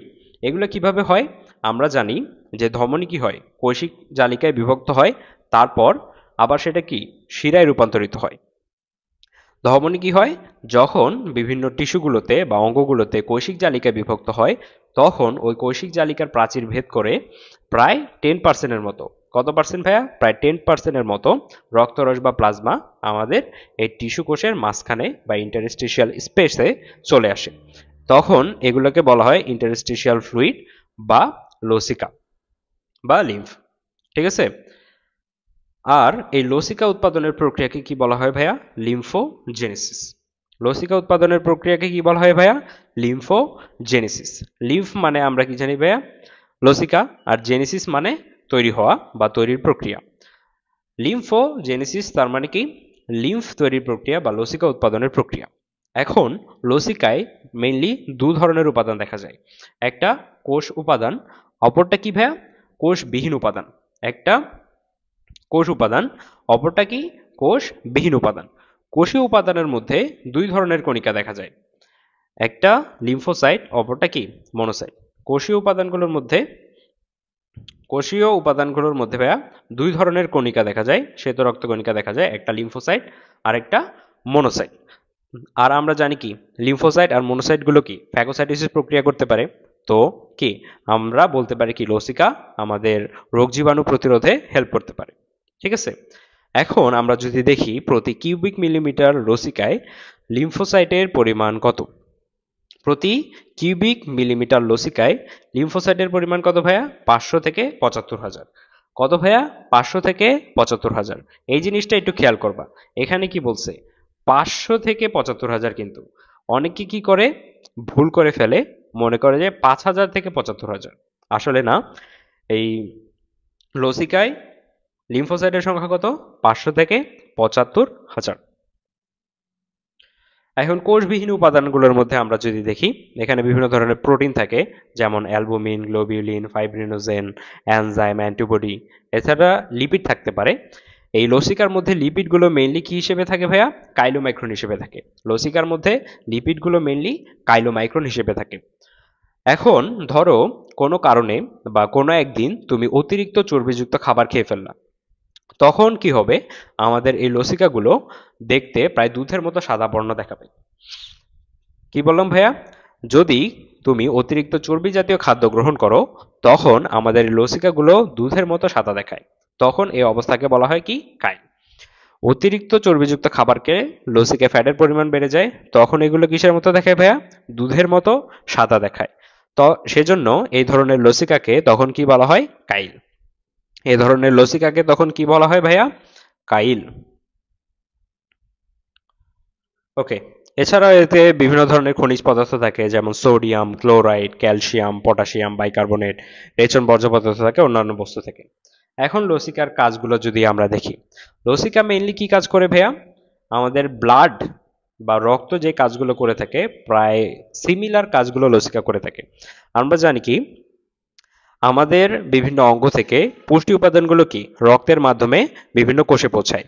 কিন্তু এমন আমাদের বডিতে এমন অনেক কোষ আছে যেগুলোতে এই ব্লাড ভেসেলগুলো পৌঁছাতে পারে না বা ব্লাড সাপ্লাই পৌঁছাতে পারে না। তখন সেই অঞ্চলগুলোকে এসব পুষ্টি পদার্থ পরিবহন বা সাপ্লাই দেওয়া বা গ্যাসীয় পদার্থ সাপ্লাই দেওয়া এবং সেখান থেকে বর্জ্য পদার্থগুলোকে পুনরায় নিয়ে আসা এবং বডি থেকে বের করে দেওয়ার কাজগুলো কে করে থাকে ভাইয়া? লসিকা। কে করে থাকে ভাইয়া? লসিকা। তা লসিকা কি করে? প্রোটিন পরিবহন করে, স্নেহ পদার্থ পরিবহন করে, অক্সিজেন ও পুষ্টি পরিবহন করে, শোষণে সহায়তা করে, প্রতিরক্ষায় সহায়তা করে। কিভাবে? কারণ এতে লিম্ফোসাইট আর মোনোসাইট থাকে যেগুলো ফ্যাগোসাইটোসিস করতে পারে। প্রতিরোধে ভূমিকা রাখে, অ্যান্টিবডি উৎপন্ন করে। আমরা জানি লিম্ফোসাইটগুলো কি অ্যান্টিবডি উৎপন্ন করে থাকে। তারপর দেহের রস পুনর্বন্টন, টিস্যুর গাঠনিক অখণ্ডতা রক্ষণ, টিস্যু রসের নিষ্কাশন, কার্বন ডাইঅক্সাইড ও বর্জ্য পদার্থের নির্গমন ইত্যাদি প্রভৃতি কাজে কি লসিকাগুলো ভূমিকা পালন করে থাকে, যে জায়গায় আমাদের নর্মালি ব্লাড সাপ্লাই পৌঁছায় না সেখানে। এখন যদি আসো লসিকাতন্ত্র। লসিকাতন্ত্র বলতে কি বোঝায়? যে লসিকাটা আমাদের দেহের মধ্যে কিভাবে সঞ্চালিত হয় বা কিভাবে পরিবাহিত হয়, সেই সিস্টেমটাকে বলা হয় লসিকাতন্ত্র। এই লসিকাতন্ত্র লসিকা নালী এবং লসিকা গ্রন্থির সমন্বয়ে গঠিত। কিসের সমন্বয়ে গঠিত ভাইয়া? লসিকা নালী ও লসিকা গ্রন্থির সমন্বয়ে গঠিত। আচ্ছা, দেখো লসিকাকে ভাইয়া দ্বিতীয় সংবহনতন্ত্র বলা হয়। লসিকাতন্ত্রকে কি বলা হয় ভাইয়া? দ্বিতীয় সংবহনতন্ত্র। তাহলে প্রথম সংবহনতন্ত্র কোনটা? রক্ত সংবহনতন্ত্র। প্রথম সংবহনতন্ত্র রক্ত সংবহনতন্ত্র, আর দ্বিতীয় সংবহনতন্ত্র কোনটা? লসিকা তন্ত্র। এখন লসিকা নালীগুলো যদি আমরা দেখি, দুই টাইপের থাকে, একটা অন্তর্মুখী একটা বহির্মুখী। ধরো এটা যদি লসিকা গ্রন্থি হয়, এটার দিকে যে নালীটা আসতেছে সেটা কি? অন্তর্মুখী। আর এখান থেকে যে নালীটা বেরিয়ে যাচ্ছে সেটা বহির্মুখী। ওকে। এখন আমাদের এই লসিকা নালীগুলো প্রধানত দুটি নালী মিলিত হয়। আমাদের ডান সাইডের ক্ষেত্রে ডান লসিকা নালী, আর বাম সাইডের ক্ষেত্রে থোরাসিক নালী। কি কি ভাইয়া? ডান সাইডের ক্ষেত্রে ডান লসিকা নালী, আর বাম সাইডের ক্ষেত্রে থোরাসিক লসিকা নালী। ওকে। এখন দেখো, আমাদের পৌষ্টিক নালী অঞ্চলে কিছু সুবিকশিত লসিকা নালী থাকে। সেই সুবিকশিত লসিকা নালীগুলোকে কি বলা হয়? ল্যাকটিয়াল। তাহলে ল্যাকটিয়াল কি ভাইয়া? আমাদের পৌষ্টিক নালী অঞ্চলে কিছু সুবিকশিত লসিকা নালী থাকে যেগুলোকে বলা হয় কি? ল্যাকটিয়াল। অনেক সময় এই লসিকা নালীগুলোতে শিরার অনুরূপ কপাটিকা থাকে। লসিকা নালীগুলোতে অনেক সময় কি থাকে ভাইয়া? শিরার অনুরূপ কপাটিকা থাকে। আর আমাদের এই যে লসিকা নালীগুলো আছে, এই লসিকা নালীগুলো বিভিন্ন কোষ থেকে লসিকা সংগ্রহের পরে কোথায় মিলিত হয় ভাইয়া? শিরায় মিলিত হয়। কোথায় মিলিত হয় ভাইয়া? শিরায় মিলিত হয়। ওকে। এখন আসো লসিকা গ্রন্থি যদি আমরা দেখি। মানবদেহে প্রায় 5 ধরনের লসিকা গ্রন্থি দেখা যায়। কয় ধরনের ভাইয়া? মানবদেহে প্রায় 5 ধরনের লসিকা গ্রন্থি দেখা যায়। এগুলো কি কি? লিম্ফ নোড, টনসিল, প্লিহা, থাইমাস, লাল অস্থিমজ্জা। লিম্ফ নোড, টনসিল, প্লিহা, থাইমাস, লাল অস্থিমজ্জা। এখন আসো আমরা যদি লিম্ফ নোডগুলো দেখি। লিম্ফ নোডগুলো কি ভাইয়া? আমাদের লসিকা বাহিকায় কিছু ক্যাপসুলের মতো অংশ থাকে। কি থাকে ভাইয়া? আমাদের লসিকা বাহিকায় কিছু ক্যাপসুলের মতো অংশ থাকে, সেগুলোকে বলা হয় লিম্ফ নোড। দেখো এই চিত্রগুলোতে, এই যে এগুলা ক্যাপসুলের মতো কিছু অংশ দেখা যাচ্ছে। এই ক্যাপসুলের মতো এই অংশগুলোকে বলা হয় লিম্ফ নোড। এখন এই লিম্ফ নোডে কি থাকে? ম্যাক্রোফেজ ও লিম্ফোসাইটে পূর্ণ থাকে, যা বিভিন্ন অণুজীব ও বহিরাগত পদার্থ অপসারণ করে থাকে। মানবদেহে প্রায় 400 থেকে 700 লিম্ফ নোড পাওয়া যায়। মানবদেহে প্রায় কতটি লিম্ফ নোড পাওয়া যায় ভাইয়া? প্রায় 400 থেকে 700 লিম্ফ নোড পাওয়া যায়। এখন আসো টনসিল। মানবদেহে মেইনলি 3 ধরনের টনসিল থাকে: প্যালেটাইন, অ্যাডেনয়েড বা ফ্যারেঞ্জিয়াল এবং লিঙ্গুয়াল। লিঙ্গুয়ালটা কি ভাইয়া? আমাদের জিহ্বার নিচে যে ধরনের টনসিলগুলো থাকে সেগুলোকে বলা হয় কি লিঙ্গুয়াল টনসিল। আর অ্যাডেনয়েড বা ফ্যারেঞ্জিয়াল এটা আমাদের কি নাসা গলবিলের পিছনের দিকে থাকে। তাই অ্যাডেনয়েড বা ফ্যারেঞ্জিয়াল কোথায় থাকে ভাইয়া? আমাদের নাসা গলবিলের পিছনে থাকে। আর প্যালেটাইন কি ভাইয়া? আমরা নর্মালি হা করলে একদম পিছনের দিকে যেই টনসিল দেখতে পাই সেগুলো কি প্যালেটাইন। প্যালেটাইন কোনগুলো ভাইয়া? আমরা নর্মালি হা করলে যেসব একদম পিছনের দিকে টনসিল দেখতে পাই সেগুলোকে কি প্যালেটাইন বলা হয়। হ্যাঁ, আর আমরা সাধারণত টনসিল বলতে প্যালেটাইন টনসিলকেই বুঝে থাকি। এখন ধরো অনেক সময় ভাইরাস, ব্যাকটেরিয়া বা বিভিন্ন অণুজীবের আক্রমণে কি হয়, টনসিলে প্রদাহ সৃষ্টি হতে পারে। ভাইরাস বা ব্যাকটেরিয়া প্রভৃতির আক্রমণ এ কি হয়, ইনফ্ল্যামেশন হইতে পারে টনসিলে। তো যখন টনসিলে এই ইনফ্ল্যামেশন বা প্রদাহ সৃষ্টি হয় তখন সে অবস্থাকে কি বলা হয়? টনসিলাইটিস। টনসিলে সৃষ্ট প্রদাহকে কি বলা হয় ভাইয়া? টনসিলাইটিস। ঠিক আছে? এগুলো কি করে আমাদের এই টনসিল আমাদেরকে কি করে? রোগ প্রতিরোধে ভূমিকা পালন করে। তো অনেক সময় দেখা যায় যে শিশুরা ঘন ঘন টনসিলাইটিসে আক্রান্ত হচ্ছে। কি হচ্ছে ভাইয়া? অনেক সময় দেখা যায় যে শিশুরা ঘন ঘন এই টনসিলাইটিসে আক্রান্ত হচ্ছে। তাই অনেক সময় ঝামেলা মুক্ত হওয়ার জন্য অভিভাবকরা আগে কি করতো? টনসিলকে কেটে অপারেশনের মাধ্যমে অপসারণ করে দিত। টনসিলকে কেটে অপারেশনের মাধ্যমে অপসারণ করে দিত। তো অপারেশন করে টনসিল এই অপারেশন করে টনসিল অপসারণের এই প্রক্রিয়াকে কি বলা হতো ভাইয়া? টনসিলেক্টমি। অপারেশন করে টনসিল অপসারণের এই প্রক্রিয়াকে কি বলা হয় ভাইয়া? টনসিলেক্টমি। ঠিক আছে? কিন্তু বর্তমানে এটা এখন আর অত বেশি করা হয় না, কারণ টনসিলের যে গুরুত্বপূর্ণ ভূমিকা এটা তখন বিনষ্ট হয়ে যায়। তাই বর্তমানে এই টনসিলেক্টমি অনেকটা কমে গেছে। তারপর যদি দেখো আমরা প্লিহা বা স্প্লিন, এগুলো কোথায় থাকে ভাইয়া? আমাদের যে পাকস্থলী আছে এই পাকস্থলীর উপরের দিকে, মানে ফান্ডাস যে অংশটা আছে এর পিছনের দিকে থাকে প্লিহা। এটার যদি আমরা আয়তন দেখি, এটার আয়তন কত? 13 × 7 × 3 সেন্টিমিটার ঘন আয়তন। আর এই প্লীহাটা দেখতে কিসের মতো ভাইয়া? মুষ্টির মতো। প্লীহা দেখতে কিসের মতো ভাইয়া? মুষ্টির মতো। আর এর ওজন কত? 170 গ্রাম। এর ওজন কত? 170 গ্রাম। আর এটা দেখতে হালকা বেগুনি রঙের হয়ে থাকে। এটা দেখতে কি হয় ভাইয়া? হালকা বেগুনি রঙের হয়ে থাকে। এখন আমাদের এই প্লীহাতে 2 ধরনের প্লীহা মজ্জা থাকে। কয় ধরনের প্লীহা মজ্জা ভাইয়া? 2 ধরনের প্লীহা মজ্জা হয়ে থাকে। একটা কি রেড পাল্প, আরেকটা হোয়াইট পাল্প। একটা কি ভাইয়া? রেড পাল্প, আরেকটা হোয়াইট পাল্প। এই রেড পাল্প কি করে ভাইয়া? আমাদের যে ব্লাডগুলো আছে এই ব্লাডগুলো ফিল্টার করতে সহায়তা করে। এই রেড পাল্প কি করে ভাইয়া? আমাদের ব্লাডকে ফিল্টার করতে সহায়তা করে। আর আমাদের যে হোয়াইট পাল্পগুলো আছে এর মধ্যে বিভিন্ন ধরনের ডাব্লিউবিসি থাকে যেগুলো আমাদের রোগ প্রতিরোধে সহায়তা করে। তাহলে রেড পাল্প কি করলো ভাইয়া? আমাদের ব্লাড ফিল্টারিং এ সহায়তা করে। আর হোয়াইট পাল্প আমাদের কি রোগ প্রতিরোধে ভূমিকা রাখে।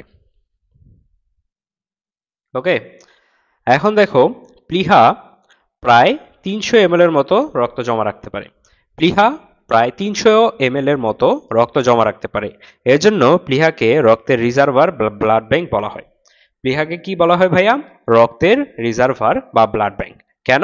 এটি প্রায় 300 ml রক্ত জমা রাখতে পারে। এছাড়া প্লীহাকে রক্তের প্রধান ছাঁকুনি হিসেবে কাজ করে। প্লীহা কি করে ভাইয়া? রক্তের প্রধান ছাঁকুনি হিসেবে কাজ করে। কোনটা? আমাদের রেড পাল্প বা লাল অস্থিমজ্জা। এখন আমরা জানি যে আমরা ভ্রূণ অবস্থায় থাকাকালীন বা জন্ম হওয়ার আগে আমাদের আরবিসি প্রোডাকশন কে করতো ভাইয়া? আমাদের আরবিসি প্রোডাকশন কে করতো ভাইয়া? আমাদের যে স্প্লিন আর লিভার। ভ্রূণাবস্থায় আমাদের আরবিসি প্রোডাকশন কে করতো ভাইয়া? স্প্লিন আর লিভার। কিন্তু যখন আমরা ভূমিষ্ঠ হয়ে যাই এবং বড় হতে থাকি তখন এই কাজগুলো কে করে? আমাদের রেড বোন ম্যারো। তখন কি করে? ধরো তখন এই প্লীহাগুলো কি করে? আমাদের যেসব লোহিত রক্তকণিকার আয়ুষ্কাল আমরা কত জানি? 120 দিন। 120 দিন পরে যেসব নষ্ট বা অ মানে অকার্যকর যেসব লোহিত রক্তকণিকাগুলো আছে এগুলো কি করে প্লীহা ধ্বংস করে ফেলে। এ কারণে এই প্লীহাকে কি বলা হয় লোহিত রক্তকণিকার কবরস্থান। প্লীহাকে কি বলা হয় ভাইয়া লোহিত রক্তকণিকার কবর স্থান। আর এটা আমরা বলতে পারি যে এই মানে ধ্বংস করার কাজটা কোথায় হয়ে থাকে আমাদের এই রেড পাল্পের বা লাল অস্থিমজ্জায়।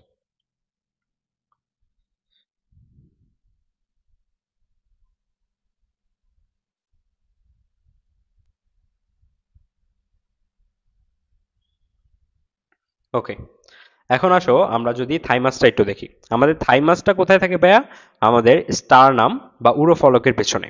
স্টারনামটা আমাদের থাইমাসটা কোথায় থাকে স্টারনাম বা উরোফলকের পেছনে। এই থাইমাস থেকে দুই ধরনের হরমোন খরিত হয়, একটা থাইমোসিন আর একটা থাইমোপয়েটিন। কয় ধরনের হরমোন খরিত হয় ভাইয়া একটা থাইমোসিন আর একটা থাইমোপয়েটিন। এগুলোর কাজ কি আমাদের এই যে টি কোষ বা টি লিম্ফোসাইট যেগুলো আছে এগুলোকে পরিপক্ক করা। এই থাইমাস বা থাইমোপয়েটিনের কাজ কি আমাদের টি কোষ বা টি লিম্ফোসাইট যেগুলো আছে এগুলোকে পরিপক্ক করা। এখন আসো লাল অস্থিমজ্জা। আমরা যখন শিশু অবস্থায় থাকি তখন আমাদের প্রতিটি বোনসেই আমরা যখন শিশু অবস্থায় থাকি তখন আমাদের প্রতিটি বোনসে কি লাল অস্থিমজ্জা বা রেড বোন মেরু থাকে। কিন্তু যতই আমাদের বয়স বৃদ্ধি পেতে থাকে তখন ততই আমাদের এই লাল অস্থিমজ্জা বা রেড বোন মেরুর অবস্থান লিমিটেড হয়ে যায়।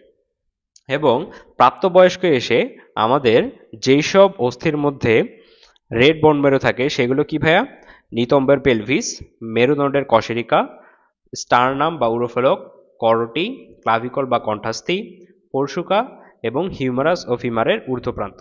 মানে আমরা যখন প্রাপ্তবয়স্ক হয়ে যাব তখন আমাদের বডির প্রতিটা বোনসে রেড বোন মেরো থাকবে না, কিছু স্পেশাল বোনসে তখন থাকবে। সেগুলো কি নিতম্বের পেলভিস, সেগুলো কি ভাইয়া এই যে নিতম্বের পেলভিস, মেরুদণ্ডের কশেরুকা, স্টারনাম বা উরোফেলক, করোটি, ক্ল্যাভিকল বা কণ্ঠাস্থি, পরশুকা, হিউমারাস এবং ফিমারের ঊর্ধ্বপ্রান্ত।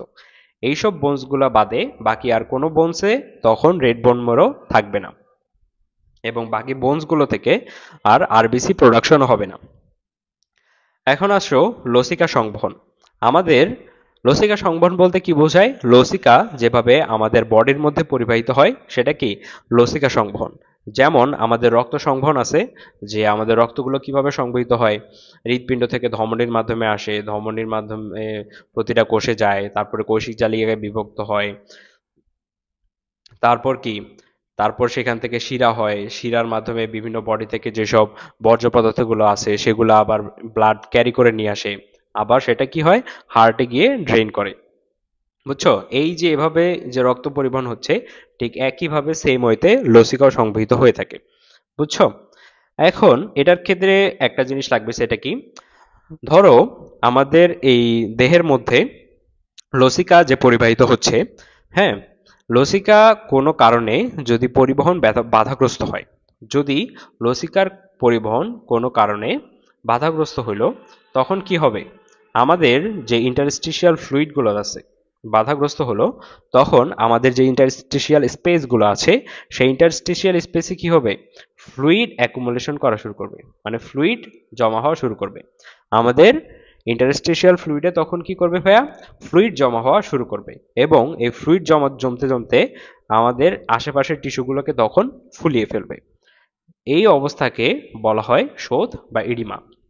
এই অবস্থাকে কি বলা হয় ভাইয়া শোথ বা ইডিমা। তাহলে শোথ বা ইডিমা কি যখন আমাদের বডির ভিতরে লসিকার পরিবহন বাধাগ্রস্ত হয় তখন ইন্টারস্টিশিয়াল ফ্লুইডে লসিকার পরিমাণ বাড়তে থাকে, লসিকার পরিমাণ বাড়তে বাড়তে এগুলো কি করে আশেপাশের টিস্যুগুলোকে ফুলিয়ে ফেলে, তখন সেই অবস্থাকে বলা হয় কি শোথ বা ইডিমা। এরকম একটা রোগ তোমরা অনেকে দেখবা যে পা ফুলে যায়, এলিফ্যান্টায়াসিস। এলিফ্যান্টায়াসিস তখন দেখবে যে পা গুলো একদম ফুলে হাতির মতো হয়ে যায়। এগুলো কেন হয় ভাইয়া যখন আমাদের বডির ভিতরে লসিকার সংবহন বা লসিকার প্রবাহ বাধাগ্রস্ত হয়। ওকে, এখন আমাদের রক্ত ও লসিকার পার্থক্য এটা যদি আমরা দেখি, যে আমরা জানি কি রক্তের বর্ণ লাল বর্ণের হয় আর লসিকা কি স্বচ্ছ হলুদ থেকে সাদা বর্ণের হয়ে থাকে। রক্ত লাল বর্ণের হয়ে থাকে, লসিকা স্বচ্ছ হলুদ থেকে সাদা বর্ণের হয়ে থাকে। তারপরে রক্ত আমাদের রক্তনালীতে সুনির্দিষ্ট চাপে প্রবাহিত হয়। আমাদের নির্দিষ্ট একটা ব্লাড প্রেশার থাকে, কিন্তু লসিকা নালীতে লসিকাগুলো চাপহীনভাবে প্রবাহিত হয়ে থাকে। লসিকা নালীতে লসিকাগুলো চাপহীনভাবে প্রবাহিত হয়ে থাকে, এর কোনো প্রেশার থাকে না। আমাদের ব্লাড প্রেশার থাকলেও লসিকার কোনো প্রেশার থাকে না। তারপর গঠন উপাদানগুলো যদি দেখি, আমাদের ব্লাডে প্লাজমা, লোহিত রক্তকণিকা, শ্বেত রক্তকণিকা, অনুচক্রিকা প্রভৃতি উপাদান থাকে, কিন্তু লসিকায় শুধুমাত্র প্লাজমা আর শ্বেত রক্তকণিকা থাকে। কি থাকে? শুধুমাত্র প্লাজমা আর শ্বেত রক্তকণিকা। আমাদের রক্তের মধ্যে হিমোগ্লোবিন থাকলেও লসিকার মধ্যে কিন্তু হিমোগ্লোবিন থাকে না। রক্তের মধ্যে হিমোগ্লোবিন থাকলেও লসিকার মধ্যে হিমোগ্লোবিন থাকে না। তারপরে লসিকায় কি অধিক পরিমাণ প্রোটিন, ক্যালসিয়াম, ফসফরাস থাকে, কিন্তু এই রক্তে অধিক পরিমাণ প্রোটিন, ক্যালসিয়াম ও ফসফরাস থাকে, কিন্তু লসিকায় কি অল্প পরিমাণ প্রোটিন, ক্যালসিয়াম ও ফসফরাস থাকে। কেন? কারণ আমরা জানি কি আমাদের বডিতে ব্লাডের পরিমাণ তুলনামূলকভাবে অনেক বেশি। আমাদের বডিতে ব্লাডের পরিমাণ তুলনামূলকভাবে অনেক বেশি লসিকার তুলনায়, সেজন্য যেসব উপাদানগুলো আছে এগুলো কি তুলনামূলক বেশি থাকবে, রাইট? এখন দেখো, রক্তের মাধ্যমে বিভিন্ন শ্বসন গ্যাস ও খাদ্যসারের মধ্যে শর্করা ও আমিষ প্রবাহিত হয়। কি পরিবাহিত হয়? শ্বসন gas, oxygen, carbon die oxide এগুলো পরিবাহিত হয়। আর কি বিভিন্ন খাদ্যসারের মধ্যে শর্করা ও আমিষ পরিবাহিত হয়ে থাকে। কিন্তু লসিকার মাধ্যমে বিভিন্ন বর্জ্য পদার্থ আর খাদ্যসারের মধ্যে শুধুমাত্র লিপিড পরিবাহিত হয়ে থাকে। লসিকার মাধ্যমে কি ভাইয়া? বর্জ্য পদার্থ ও খাদ্যসারের মধ্যে শুধুমাত্র লিপিড পরিবাহিত হয়ে থাকে। ক্লিয়ার? আর বাকি প্রোটিন আর শর্করা এগুলো লসিকার মাধ্যমে পরিবাহিত হয় না।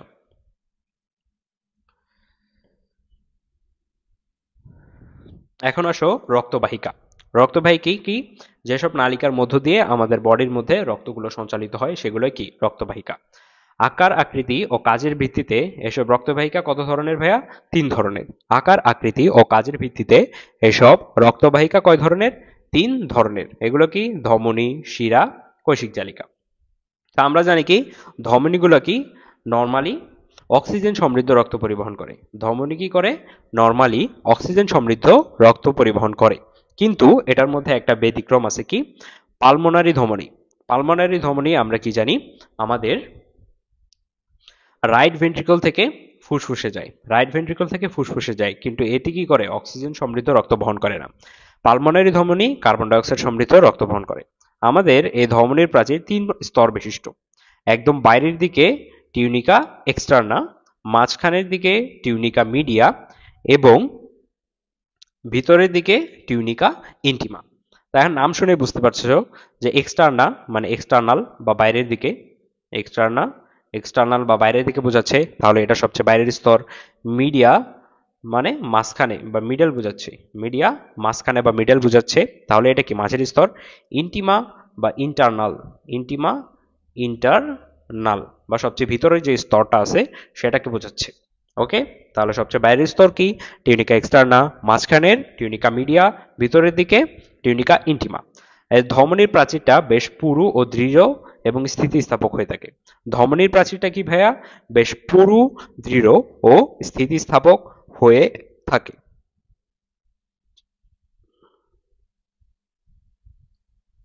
হ্যাঁ নসিনজান, হিমোগ্লোবিন শুধুমাত্র আরবিসিতে থাকে, বাকি কোথাও হিমোগ্লোবিন থাকে না। ওকে, তারপর কি হয়? এই ধমনীগুলো কি হয়? কোষিক জালিকায় বিভক্ত হয় এবং পরবর্তীতে কোষিক জালিকাগুলো শিরায় পরিণত হয়। ওকে, এখন আসো শিরাগুলি যদি আমরা দেখি, শিরা নর্মালি কি কার্বন ডাইঅক্সাইড যুক্ত রক্ত পরিবহন করে, কিন্তু এর মধ্যেও একটা ব্যতিক্রম আছে। সেটা কি? পালমোনারি শিরা। পালমোনারি শিরা কি ফুসফুস থেকে অক্সিজেন সমৃদ্ধ রক্ত আমাদের রাইট অ্যাট্রিয়ামে নিয়ে আসে। পালমোনারি শিরা কি করে? ফুসফুস থেকে অক্সিজেন সমৃদ্ধ রক্ত আমাদের রাইট অ্যাট্রিয়ামে নিয়ে আসে। ঠিক আছে? তারপর এই যে শিরা, এই শিরার স্তর কি 3টা স্তর, ধমনীর মতো 3টা স্তর, এক্সটার্না, মিডিয়া, ইন্টিমা। কিন্তু আমাদের যেসব রক্তজালক বা কৈশিক জালিকা আছে এগুলো কিন্তু 1 স্তর বিশিষ্ট। আমাদের ধমনী আর শিরা 3 স্তর বিশিষ্ট হলেও আমাদের যে রক্তজালক বা কৈশিক জালিকা আছে এগুলো কিন্তু 1 স্তর বিশিষ্ট।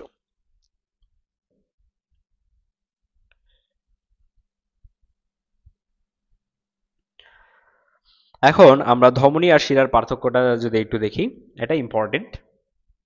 আমাদের ধমনীগুলো কি হয়? ধমনী হৃৎপিণ্ড থেকে উৎপন্ন হয়ে আমাদের বডিতে চলে যায় এবং বডিতে যাওয়ার আগে কি হয়, কৈশিক জালিকায় বিভক্ত হয়।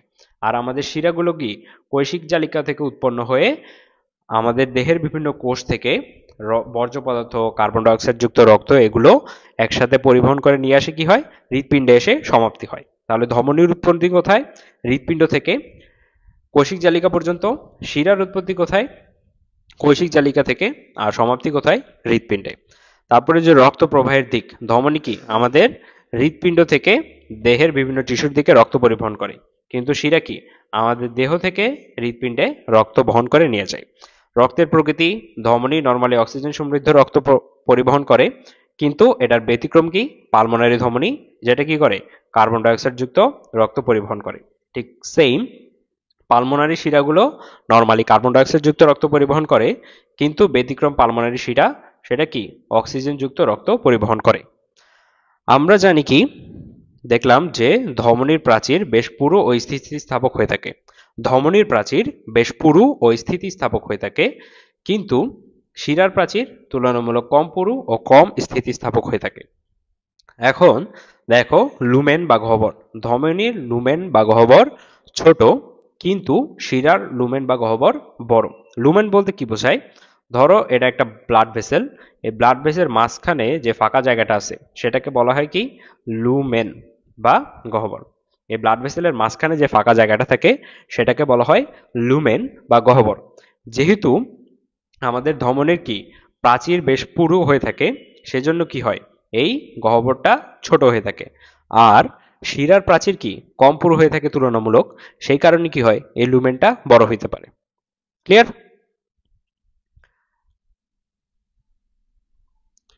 এতক্ষণ পর্যন্ত যা পড়াইলাম এই পর্যন্ত সব টপিক কি তোমরা বুঝতে পারছো? যদি বুঝে থাকো তাহলে আমাকে জানাও যে ক্লিয়ার। আর যদি প্রশ্ন থাকে তাহলে আমাকে প্রশ্ন করতে পারো।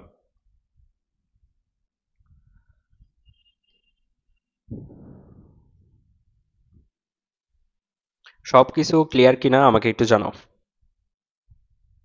কোনো ধরনের কোনো প্রশ্ন আর কনফিউশন থাকলে সেটাও আমাকে জানাতে পারো।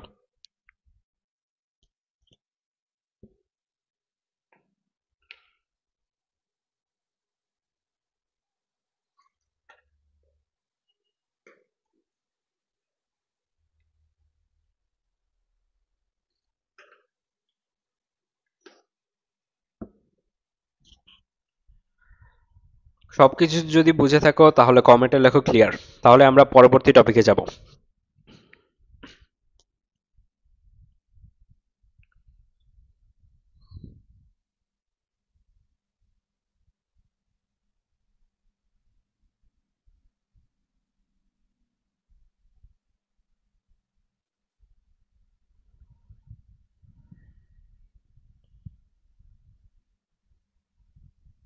ওকে, ক্লিয়ার বলতেছো, তাহলে আমরা পরবর্তী টপিকে যাই। ও, লাস্ট ধমনী ও শিরার লাস্ট আরেকটা পার্থক্য আছে, সেটা বলতে খেয়াল নাই যে ধমনীতে কি হয় কপাটিকা থাকে না, কিন্তু আমাদের শিরাতে বিভিন্ন সেমিলিউনার কপাটিকা থাকে। ধমনীতে কি ভাইয়া কপাটিকা থাকে না, কিন্তু আমাদের শিরাতে সেমিলুনার কপাটিকা থাকে। ওকে, লুমেন কখন বড় হবে আর কখন ছোট হবে একটু বলবেন ভাইয়া? আচ্ছা, লুমেন কি আমরা বলছিলাম যে আমাদের ব্লাড ভেসেলের মধ্যে, ধরো এটা যদি ব্লাড ভেসেল হয়, এটার মাঝখানে যে ফাঁকা জায়গাটা, এই ব্লাড ভেসেলের মাঝখানে যে ফাঁকা জায়গাটা সেটাকে কি বলা হয় লুমেন। এখন আমাদের ধমনীর প্রাচীর কি বেশ পুরু, তো ধরো এই প্রাচীরটা যদি পুরু হয়ে যায়, ধরো এরকম যদি আমি পুরু করে দিলাম, হ্যাঁ, এই যে এটা আমি ধরো পুরু করে দিলাম এভাবে, তাহলে এই যে মাঝখানের ফাঁকা জায়গাটা কি হলো, কমে গেল না? এটা কি আগের মতো সেম আছে নাকি কমে গেছে? প্রাচীরটা যখন পুরু হয়ে গেছে তখন এই মাঝখানের ফাঁকা জায়গাটা কি কমে গেছে, রাইট? সেজন্য এই ধমনীর প্রাচীর পুরু হওয়ার কারণে এর লুমেনটা ছোট, কিন্তু শিরার প্রাচীর কি ধমনীর মতো এতটা পুরু না।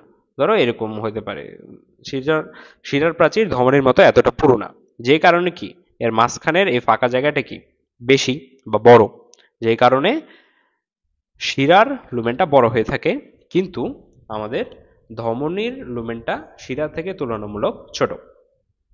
ক্লিয়ার? নসীন জাহান।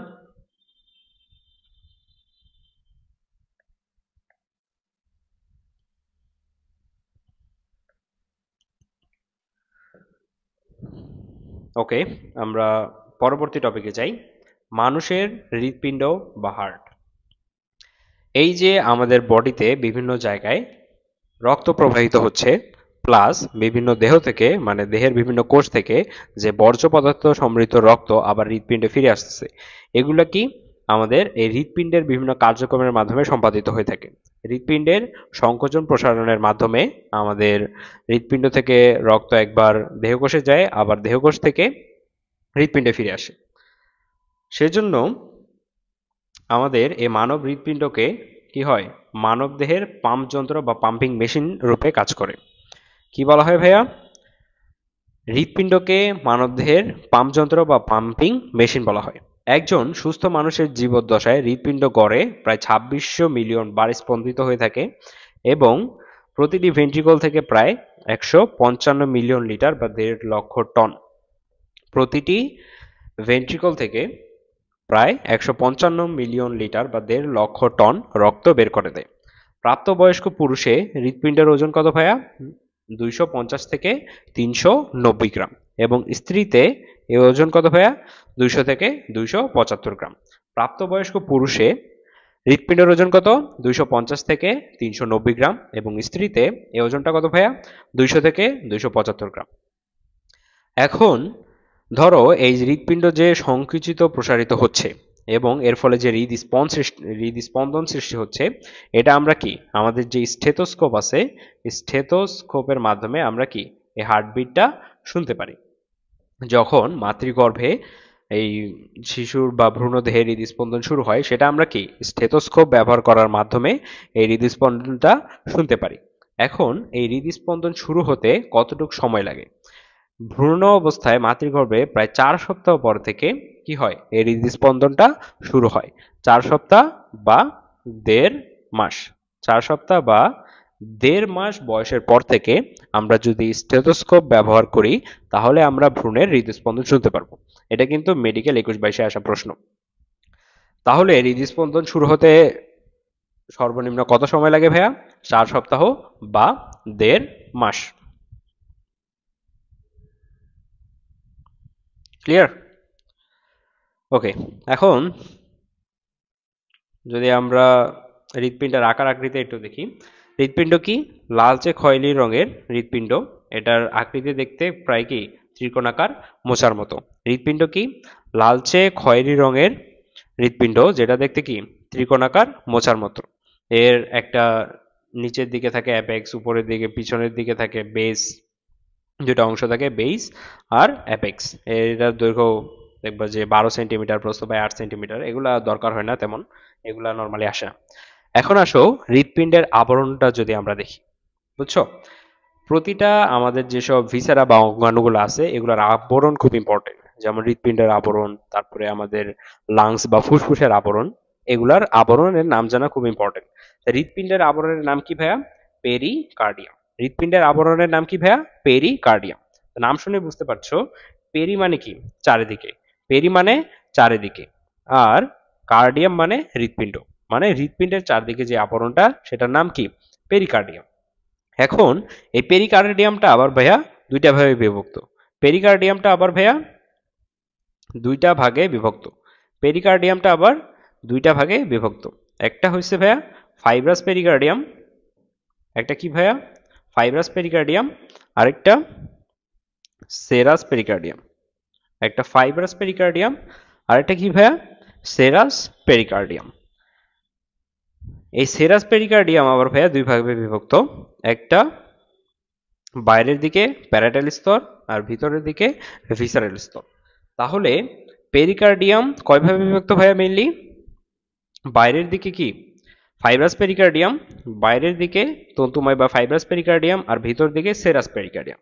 সেরাস পেরিকার্ডিয়ামটা আবার দুই ভাগে বিভক্ত, প্যারাটাল স্তর আর ভিতরের দিকে যেটা থাকে ভিতরের ভিসারাল স্তর। অনেকে কি মনে করে যে প্যারাটাল স্তর আর ভিসারাল স্তর, এই দুইটা যে স্তর আছে, এটা পেরিকার্ডিয়ামের স্তর।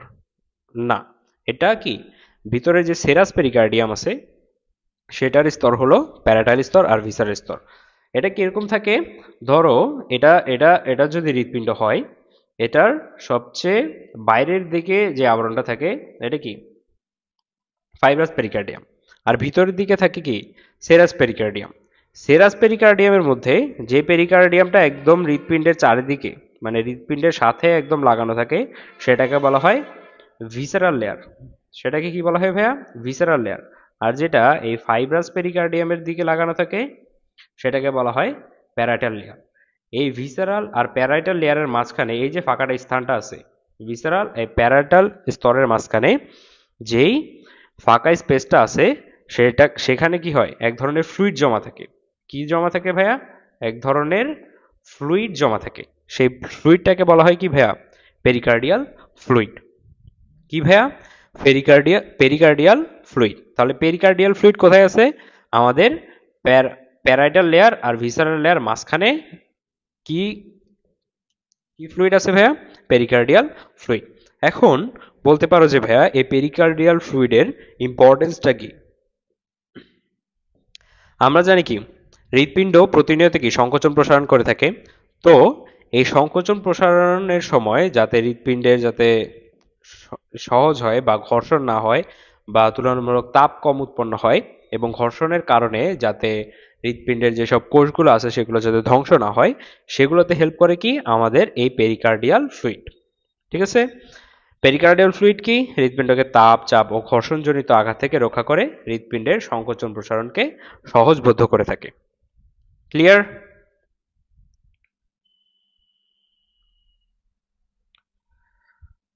ওকে, এখন আসো আমাদের হৃৎপিণ্ডের প্রাচীর।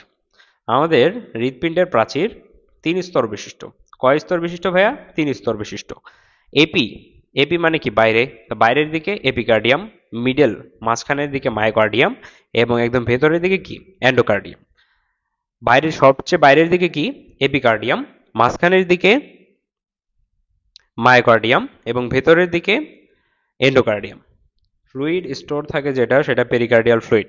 হ্যাঁ, ভিসারাল লেয়ার আর প্যারাইটাল লেয়ারের মাঝখানে যে ফ্লুইডটা থাকে সেটা কি? Pericardial fluid. এখন আসো হৃৎপিণ্ডের 3টা স্তর আমরা দেখলাম কি? এপিকার্ডিয়াম, মায়োকার্ডিয়াম এবং এন্ডোকার্ডিয়াম। এখন দেখো, বাজার থেকে যখন আমরা কোনো মাংস বা গোস্ত কিনে আনি, তখন আমরা কি দেখি? যে আমাদের মাংস বা গোস্তের সবচেয়ে বাইরে কি থাকে? চর্বি লাগানো থাকে। কখনো কি দেখছো যে মাংসের ভেতরে চর্বি আছে? না, এই চর্বিটা সবসময় কি থাকে? সবচেয়ে বাইরে থাকে বা বাইরের লেয়ারে থাকে। তো এপিকার্ডিয়ামে কি থাকে ভাইয়া? বিক্ষিপ্তভাবে চর্বি লেগে থাকে। বিক্ষিপ্তভাবে চর্বি লেগে থাকে কোথায় ভাইয়া? এপিকার্ডিয়ামে। এখন আসো মায়োকার্ডিয়াম। মায়োকার্ডিয়ামের এই স্তরটা সর্বাপেক্ষা পুরু। এটা কি? হৃৎপিণ্ডের সংকোচন প্রসারণে এই সক্রিয় ভূমিকা পালন করে। মায়োকার্ডিয়ামে হৃৎপেশি থাকে। এই হৃৎপেশিগুলো কি করে? হৃৎপিণ্ডের সংকোচন প্রসারণে সক্রিয় ভূমিকা পালন করে। এখন এই এন্ডোকার্ডিয়াম কি করবে? সবচেয়ে ভিতরের যেসব স্ট্রাকচারগুলো আছে সেগুলোকে ঢেকে রাখবে এবং সেগুলোর কার্যক্রমে হেল্প করবে। যেমন কি? যে প্রকোষ্ঠর যে হৃৎ প্রকোষ্ঠগুলো আছে সেগুলোর অন্তঃপ্রাচীর গঠন করে, ভিতরে যেসব হৃৎ কপাটক সমূহ আছে সেগুলোকে ঢেকে রাখে। এছাড়া কি? রক্তবাহিকার সাথে হৃৎপিণ্ডের যে অবিচ্ছিন্ন সংযোগ সেটাতে ভূমিকা রাখে। ঠিক আছে?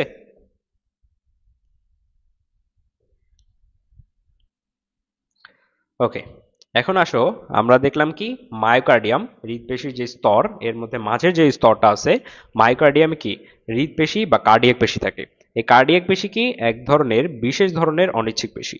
কার্ডিয়াক পেশি কি ভাইয়া? এক বিশেষ ধরনের অনিচ্ছিক পেশি। এই কার্ডিয়াক পেশি কি? একটা আবরণ দিয়ে আবৃত। এই কার্ডিয়াক পেশির বা হৃৎপেশির যে আবরণ, সেই আবরণটাকে বলা হয় কি ভাইয়া? সার্কোলেমা। কার্ডিয়াক পেশি বা হৃৎপেশির আবরণকে কি বলা হয়? সার্কোলেমা। দেখো, এই সার্কোলেমার বা মায়োফাইব্রিলের মাঝখানে কিছু অনুপ্রস্থ রেখা দেখা যায়। কি দেখা যায় ভাইয়া? অনুপ্রস্থ রেখা দেখা যায়।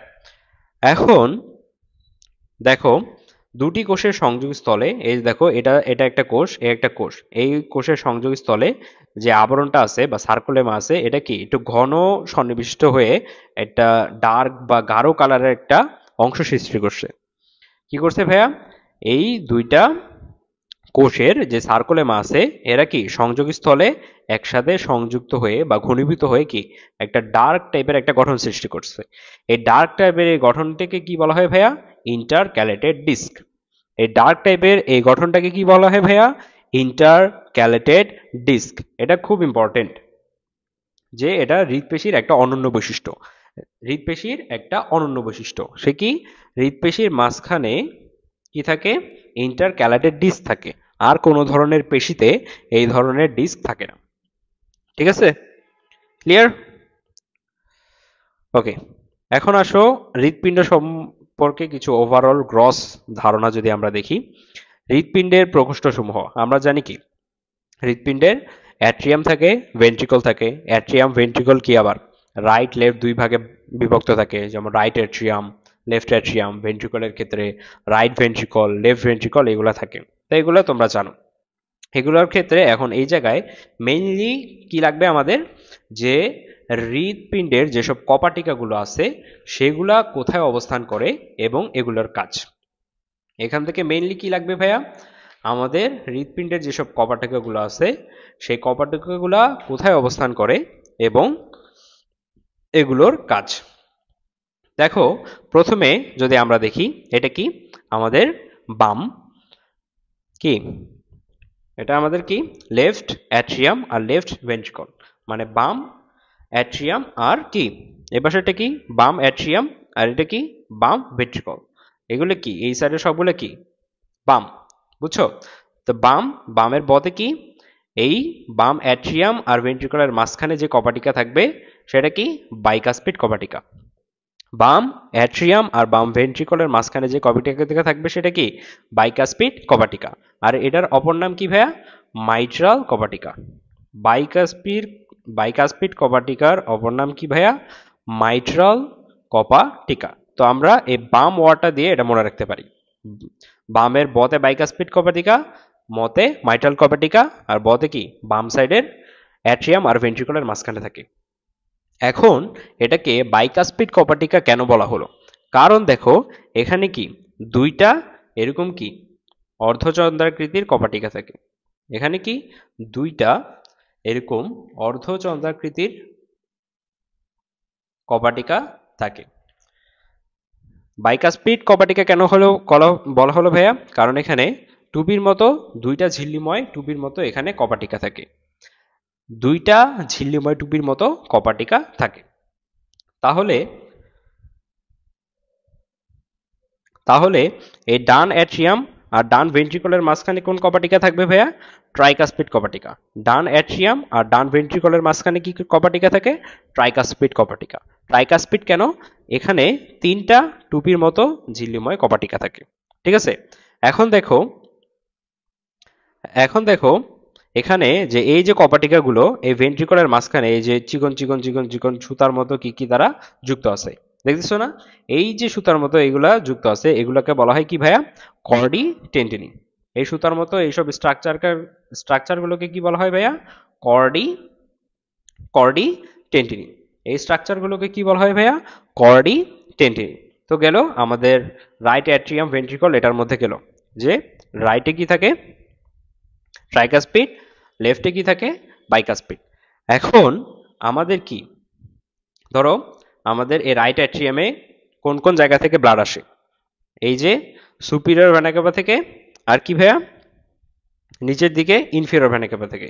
কোথা কোথা থেকে ব্লাড আসে ভাইয়া? সুপিরিয়র ভেনা ক্যাভা থেকে এবং ইনফিরিয়র ভেনা ক্যাভা থেকে। এখন সুপিরিয়র ভেনা ক্যাভা থেকে কিভাবে ব্লাড আসে ভাইয়া? নিচের দিকে, রাইট। আর ইনফিরিয়র ভেনা ক্যাভা কি করে? আমাদের নিচের থেকে বডির নিচের অংশ থেকে ব্লাডগুলোকে কি করে? রাইট অ্যাট্রিয়ামে নিয়ে আসে। এখন ধরো যে ব্লাডটা উপর থেকে নিচে পড়তেছে, হ্যাঁ, যে ব্লাডটা উপর থেকে নিচে পড়তেছে এটা কি আবার কি এটা কি আর উপরে যেতে পারবে? এটা কি আবার উপরে যাওয়া সম্ভব? সুপিরিয়র ভেনা ক্যাভা থেকে যে ব্লাডটা আসতেছে আমাদের রাইট অ্যাট্রিয়ামে এটা কি আবার ব্যাক করে উপরে যেতে পারবে? না। কেন পারবে না? কারণ নিচের দিকে আমাদের কি অভিকর্ষ ত্বরণ বা গ্র্যাভিটি কাজ করতেছে। এই অভিকর্ষ ত্বরণ বা গ্র্যাভিটি কাজ করার কারণে এটা আবার উপরে যেতে পারবে না সুপিরিয়র ভেনা ক্যাভা থেকে যে ব্লাডটা আসতেছে। তো সেই কারণে কি হয়? এই সুপিরিয়র ভেনা ক্যাভা আর রাইট অ্যাট্রিয়ামের সংযোগস্থলে কোনো ধরনের কপাটিকা থাকে না। ক্লিয়ার? কেন থাকে না ভাইয়া? কারণ সুপিরিয়র ভেনা কেভা থেকে যে ব্লাডটা আসতেছে এটা অভিকর্ষ ত্বরণের বাধা অতিক্রম করে আবার ব্যাক উপরের দিকে যেতে পারবে না। সেজন্য কি এই সুপিরিয়র ভেনা কেভার আর রাইট অ্যাট্রিয়ামের মাঝখানে কোনো কপাটিকা থাকবে না। কিন্তু ইনফিরিয়র ভেনা কেভা কি করে ভাইয়া? আমাদের বডির যেই নিচের অংশগুলো আছে সেই নিচের অংশগুলো থেকে কি ব্লাডগুলোকে অভিকর্ষ ত্বরণের বিরুদ্ধে বা এগেইনস্টে গিয়ে কি করে রাইট অ্যাট্রিয়ামে নিয়ে আসে। ইনফিরিয়র ভেনা কেভা কি করে? আমাদের বডির নিচের পার্টগুলো থেকে ব্লাড অভিকর্ষ যে ত্বরণটা আছে এর বিরুদ্ধে গিয়ে আমাদের রাইট অ্যাট্রিয়ামে নিয়ে আসে। তো এটা কি ইজিলি অভিকর্ষ ত্বরণের প্রভাবে কি নিচে চলে যেতে পারবে। সেজন্য এইটা যাতে নিচে আবার ব্যাকফ্লো না করতে পারে সেজন্য কি ইনফিরিয়র ভেনা কেভা আর রাইট অ্যাট্রিয়ামের মাঝখানে একটা কপাটিকা থাকে। সেই কপাটিকার নাম কি ভাইয়া? ইনফিরিয়র ভেনা কেভা আর রাইট অ্যাট্রিয়ামের মাঝখানে একটা কপাটিকা থাকে। সেই কপাটিকার নাম কি ভাইয়া? ইউস্টেশিয়ান কপাটিকা। কি কপাটিকা ভাইয়া? ইউস্টেশিয়ান কপাটিকা। ইউতে ইনফিরিয়র, ইতে ইনফিরিয়র, ইতে ইউস্টেশিয়ান। এটা দিয়ে আমরা মনে রাখতে পারবো যে ইনফিরিয়র ভেনা কেভা আর কি রাইট অ্যাট্রিয়ামের সংযোগস্থলে কোন কপাটিকা থাকে? ইউস্টেশিয়ান কপাটিকা। হ্যাঁ, আর কি আরো কিছু কপাটিকা থাকে, যেমন কি আমাদের এই লেফট ভেন্ট্রিকল থেকে অ্যাওর্টার মধ্যে কি হয়? রেড ভেন্ট্রিকল আর অ্যাওর্টার মাঝখানে একটা কপাটিকা থাকে, সেটার নাম কি ভাইয়া? অ্যাওর্টিক কপাটিকা। অ্যাওর্টিক কপাটিকা। আমাদের লেফট ভেন্ট্রিকল আর অ্যাওর্টার মাঝখানে কি থাকে? একটা কপাটিকা থাকে, সেটাকে কি বলা হয়? অ্যাওর্টিক কপাটিকা। তারপর তারপর আরো কিছু কপাটিকা থাকে, যেমন কি আমাদের যে রাইট ভেন্ট্রিকল গুলো আছে, আমাদের এই রাইট ভেন্ট্রিকল থেকে ব্লাড কোথায় যায়? লাংসে বা ফুসফুসে যায়। তো এই রাইট ভেন্ট্রিকল থেকে লাংসে বা ফুসফুসে যাওয়ার সময় যে পালমোনারি ধমনীটা উৎপন্ন হয়, সেই ধমনী আর এই রাইট ভেন্ট্রিকুলার মাঝখানে একটা কপাটিকা থাকে, সেটা কি ভাইয়া? সেমিলুনার কপাটিকা। পালমোনারি সেমিলুনার কপাটিকা। কি কপাটিকা থাকে ভাইয়া? পালমোনারি পালমোনারি সেমিলুনার কপাটিকা। পালমোনারি সেমিলুনার কপাটিকা কোথা থেকে? পালমোনারি ধমনী আর কি রাইট ভেন্ট্রিকলের সংযোগস্থলে থাকে পালমোনারি সেমিলুনার কপাটিকা। আরেকটা কপাটিকা আমাদের থাকে ভাইয়া কি? আমাদের হৃৎপিণ্ড যে ব্লাড সাপ্লাই পায় কিসের মাধ্যমে? করোনারি আর্টারির মাধ্যমে। তো আমাদের হার্টের পিছনের দিকে একটা বড় ভেনাস একটা পার্ট থাকে বা পোর্শন থাকে, সেটাকে কি বলা হয়? Coronary sinus. বড় যে ভেনাস একটা পার্ট থাকে যেখানে হার্টের যত ভেইনগুলো আছে সেই ভেইনগুলো এসে সেখানে একসাথে সংযুক্ত হয় বা যুক্ত হয়, সেই পার্টটাকে কি বলা হয়? Coronary sinus. তো এই করোনারি সাইনাস আর রাইট অ্যাট্রিয়ামের মাঝখানে একটা কপাটিকা থাকে, সেটা কি ভাইয়া? থিবিসিয়ান বা করোনারি কপাটিকা। তো এই ছিল কপাটিকাগুলো। মেইনলি আমাদের এই কপাটিকাগুলো কোথায় কোনটা থাকে, এগুলোর নাম কি এবং এগুলার কাজ কি, এগুলো ইম্পর্টেন্ট। এগুলো থেকে বিগত বছরগুলোতে প্রশ্ন আসতে দেখা গেছে। তো এই পার্টটুকু ক্লিয়ার? যদি ক্লিয়ার হয়ে থাকো কমেন্টে জানাও যে ক্লিয়ার।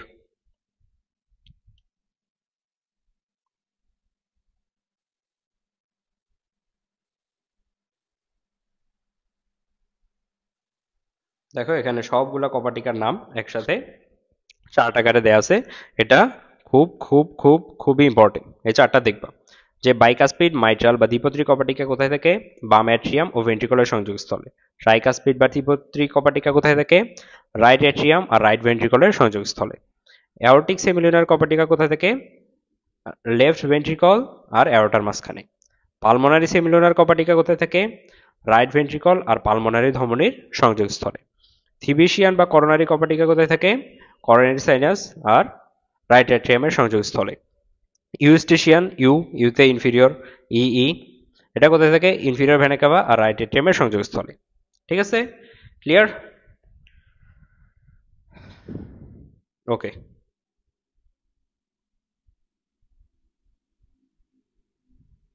এখন যদি আসো আমরা রক্ত সংবহনটা যদি একটু দেখি। প্রাপ্তবয়স্ক মানুষে বিশ্রামরত অবস্থায় প্রতি মিনিটে প্রায় কি 70 থেকে 80 বার আমাদের হৃদস্পন্দন ঘটে থাকে। কতবার ভাইয়া? প্রতি মিনিটে প্রায় 70 থেকে 80 বার হৃদস্পন্দন ঘটে থাকে। গড়ে সেটাকে আমরা কি ধরি? 75 বার। ঠিক আছে। এখন আমাদের এই হৃৎপিণ্ড যে প্রতিনিয়ত সংকুচিত হচ্ছে, প্রসারিত হচ্ছে। হৃৎপিণ্ডের সংকোচনকে বলা হয় সিস্টোল এবং প্রসারণকে বলা হয় ডায়াস্টোল। আর এই সিস্টোল আর ডায়াস্টোলের একসাথে কম্বিনেশনকে বলা হয় হৃদস্পন্দন বা হার্টবিট। তাহলে একটা সিস্টোল আর একটা ডায়াস্টোলের সমন্বয়ে কি গঠিত হলো? আমাদের হৃদস্পন্দন বা হার্টবিট। এখন এই হার্টবিট আমরা জানি কি, হৃদস্পন্দন আমাদের নর্মালি কত? 0.8 সেকেন্ড। কত সেকেন্ড ভাইয়া? 0.8 সেকেন্ড। এটা আমরা কিভাবে পেলাম? এই যে গড়ে ধরো 75 বার হইলো আর কি, তো 75 বার হইলো কয় সেকেন্ডে? 60 সেকেন্ডে। তাহলে 1 সেকেন্ডে কত হবে? 60 ডিভাইড বাই 75। ঠিক আছে। এটা যদি ক্যালকুলেশন করি প্রায় 0.8 সামথিং একটার মতো মান আসে। এটা কি আমাদের হৃদস্পন্দন বা হার্টবিট বা হৃদস্পন্দনের যে সময়কালটা। ঠিক আছে। আমরা জানি কি, আমাদের সাইনোঅ্যাট্রিয়াল নোড বা পেসমেকার থাকে কোথায়? অ্যাট্রিয়াম, মানে সুপিরিয়র ভেনা কাভা আর রাইট অ্যাট্রিয়ামের সংযোগস্থলে সাইনোঅ্যাট্রিয়াল নোড বা পেসমেকার থাকে। এগুলো কি আমাদের হৃদস্পন্দনের সূচনা ঘটায়। ঠিক আছে। এখান থেকে আর যদি দেখো দ্বিবর্তী সংবহন, আমাদের হৃৎপিণ্ডের মধ্যে দ্বিবর্তী সংবহন ঘটে। কি সংবহন ঘটে ভাইয়া? দ্বিবর্তী সংবহন ঘটে। এখন এই সংবহনটাকে দ্বিবর্তী সংবহন কেন বলা হলো?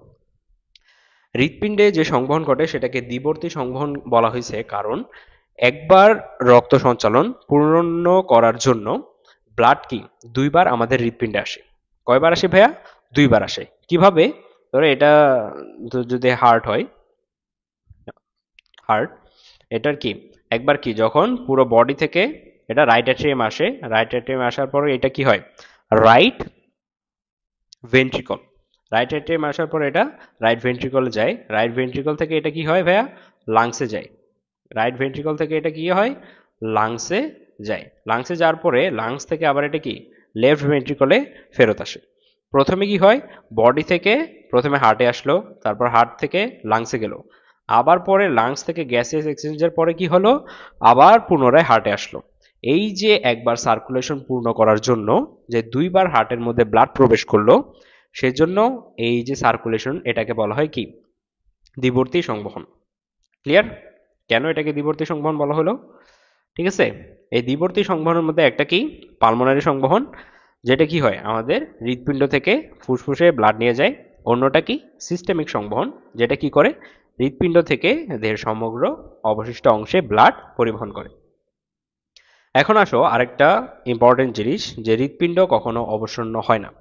কেন অবসন্ন হয় না? কারণ হৃৎপিণ্ডের নিঃসারকাল বা রিফ্রেক্টরি পিরিয়ড খুব বেশি। হৃৎপিণ্ডের নিঃসারকাল বা রিফ্রেক্টরি পিরিয়ড খুব বেশি। এখন প্রশ্ন হলো এই নিঃসারকাল বা রিফ্রেক্টরি পিরিয়ড বলতে কি বোঝায়? এই যে ধরো আমাদের হৃৎপিণ্ডের যে সংকোচন প্রসারণ হচ্ছে, এটা কি বিভিন্ন উদ্দীপনা পরিবহনের মাধ্যমে হচ্ছে, রাইট? বিভিন্ন উদ্দীপনা পরিবহনের মাধ্যমে এই সংকোচন প্রসারণটা সংঘটিত হচ্ছে। রিফ্রেক্টরি পিরিয়ড বলতে বোঝায় ধরো একটা উদ্দীপনা কোন কোষে গেল, একটা উদ্দীপনা কোনো কোষে গেল, এটা কোষে যাওয়ার পর যে সময়টুকুর মধ্যে আর এই কোষটা দ্বিতীয় কোনো উদ্দীপনায় সাড়া দেয় না, সেই সময়টাকে বলা হয় নিঃসারকাল। অর্থাৎ ধরো এটা ধরলাম এটা একটা সেল, এটার নিঃসারকাল আমরা ধরলাম যে 1 সেকেন্ড। কত ধরলাম? 1 সেকেন্ড। তো নিঃসারকাল 1 সেকেন্ড বলতে কি বোঝায়? ধরো এটাকে সংকোচন করার জন্য আমি একটা সিগন্যাল দিছি। তো সিগন্যাল পাওয়ার পরে একবার সংকুচিত হওয়ার পর এটা কি পরবর্তী 1 সেকেন্ড আমি যতই এটাকে সিগন্যাল দেই না কেন এটা আর সংকোচন করবে না। কি বললাম ভাইয়া? একবার সিগন্যাল পাওয়ার পরে এটা যখন সংকুচিত হলো, এই সংকুচিত হওয়ার পর পরবর্তী 1 সেকেন্ড মানে নিঃসারকালের সময়টুকু আমি ওকে যতই স্টিমুলাস দেই, যতই গুতাগুতি করি, যতই বলি যে তুই সংকুচিত হ, সংকুচিত হ, সংকুচিত হ, সে আর সংকুচিত হবে না। এই যে টাইমটুকু যে আর কি পুনরায় যে সংকুচিত হলো না, এই টাইমটুকু বলা হয় কি নিঃসারকাল। এই হৃৎপিণ্ডের নিঃসারকাল তুলনামূলকভাবে খুব বেশি হয়ে থাকে, যে কারণে আমাদের হৃৎপিণ্ডিতে যত ল্যাকটিক অ্যাসিড উৎপন্ন হয় বা বিপাকীয় বর্জ্য উৎপন্ন হয়, এই ল্যাকটিক অ্যাসিডগুলো কি এই অতিরিক্ত নিঃসার কালের কারণে ইজিলি ওই টাইমের মধ্যে আমাদের ওই মাসেলগুলো থেকে সরে যেতে পারে। তখন এই ল্যাকটিক অ্যাসিডগুলো কি মাসেল থেকে আমাদের ব্লাডে চলে আসে, ব্লাড থেকে তারপরে এটা লিভারে যায়, লিভারে গিয়ে আবার এটা গ্লুকোজে পরিণত হয়। ক্লিয়ার? এর নিঃসারকাল বা রিফ্রেক্টরি পিরিয়ড বেশি হওয়ার কারণে হৃৎপিণ্ড কখনো অবসন্ন হয় না। তারপরে হৃৎপিণ্ডের বিভিন্ন গাঠনিক উপাদান সমূহ এর কাজগুলো এটা তোমরা দেখে নিবা। এখন আসো মানুষ এবং মাছের হৃৎপিণ্ডের মধ্যে পার্থক্য।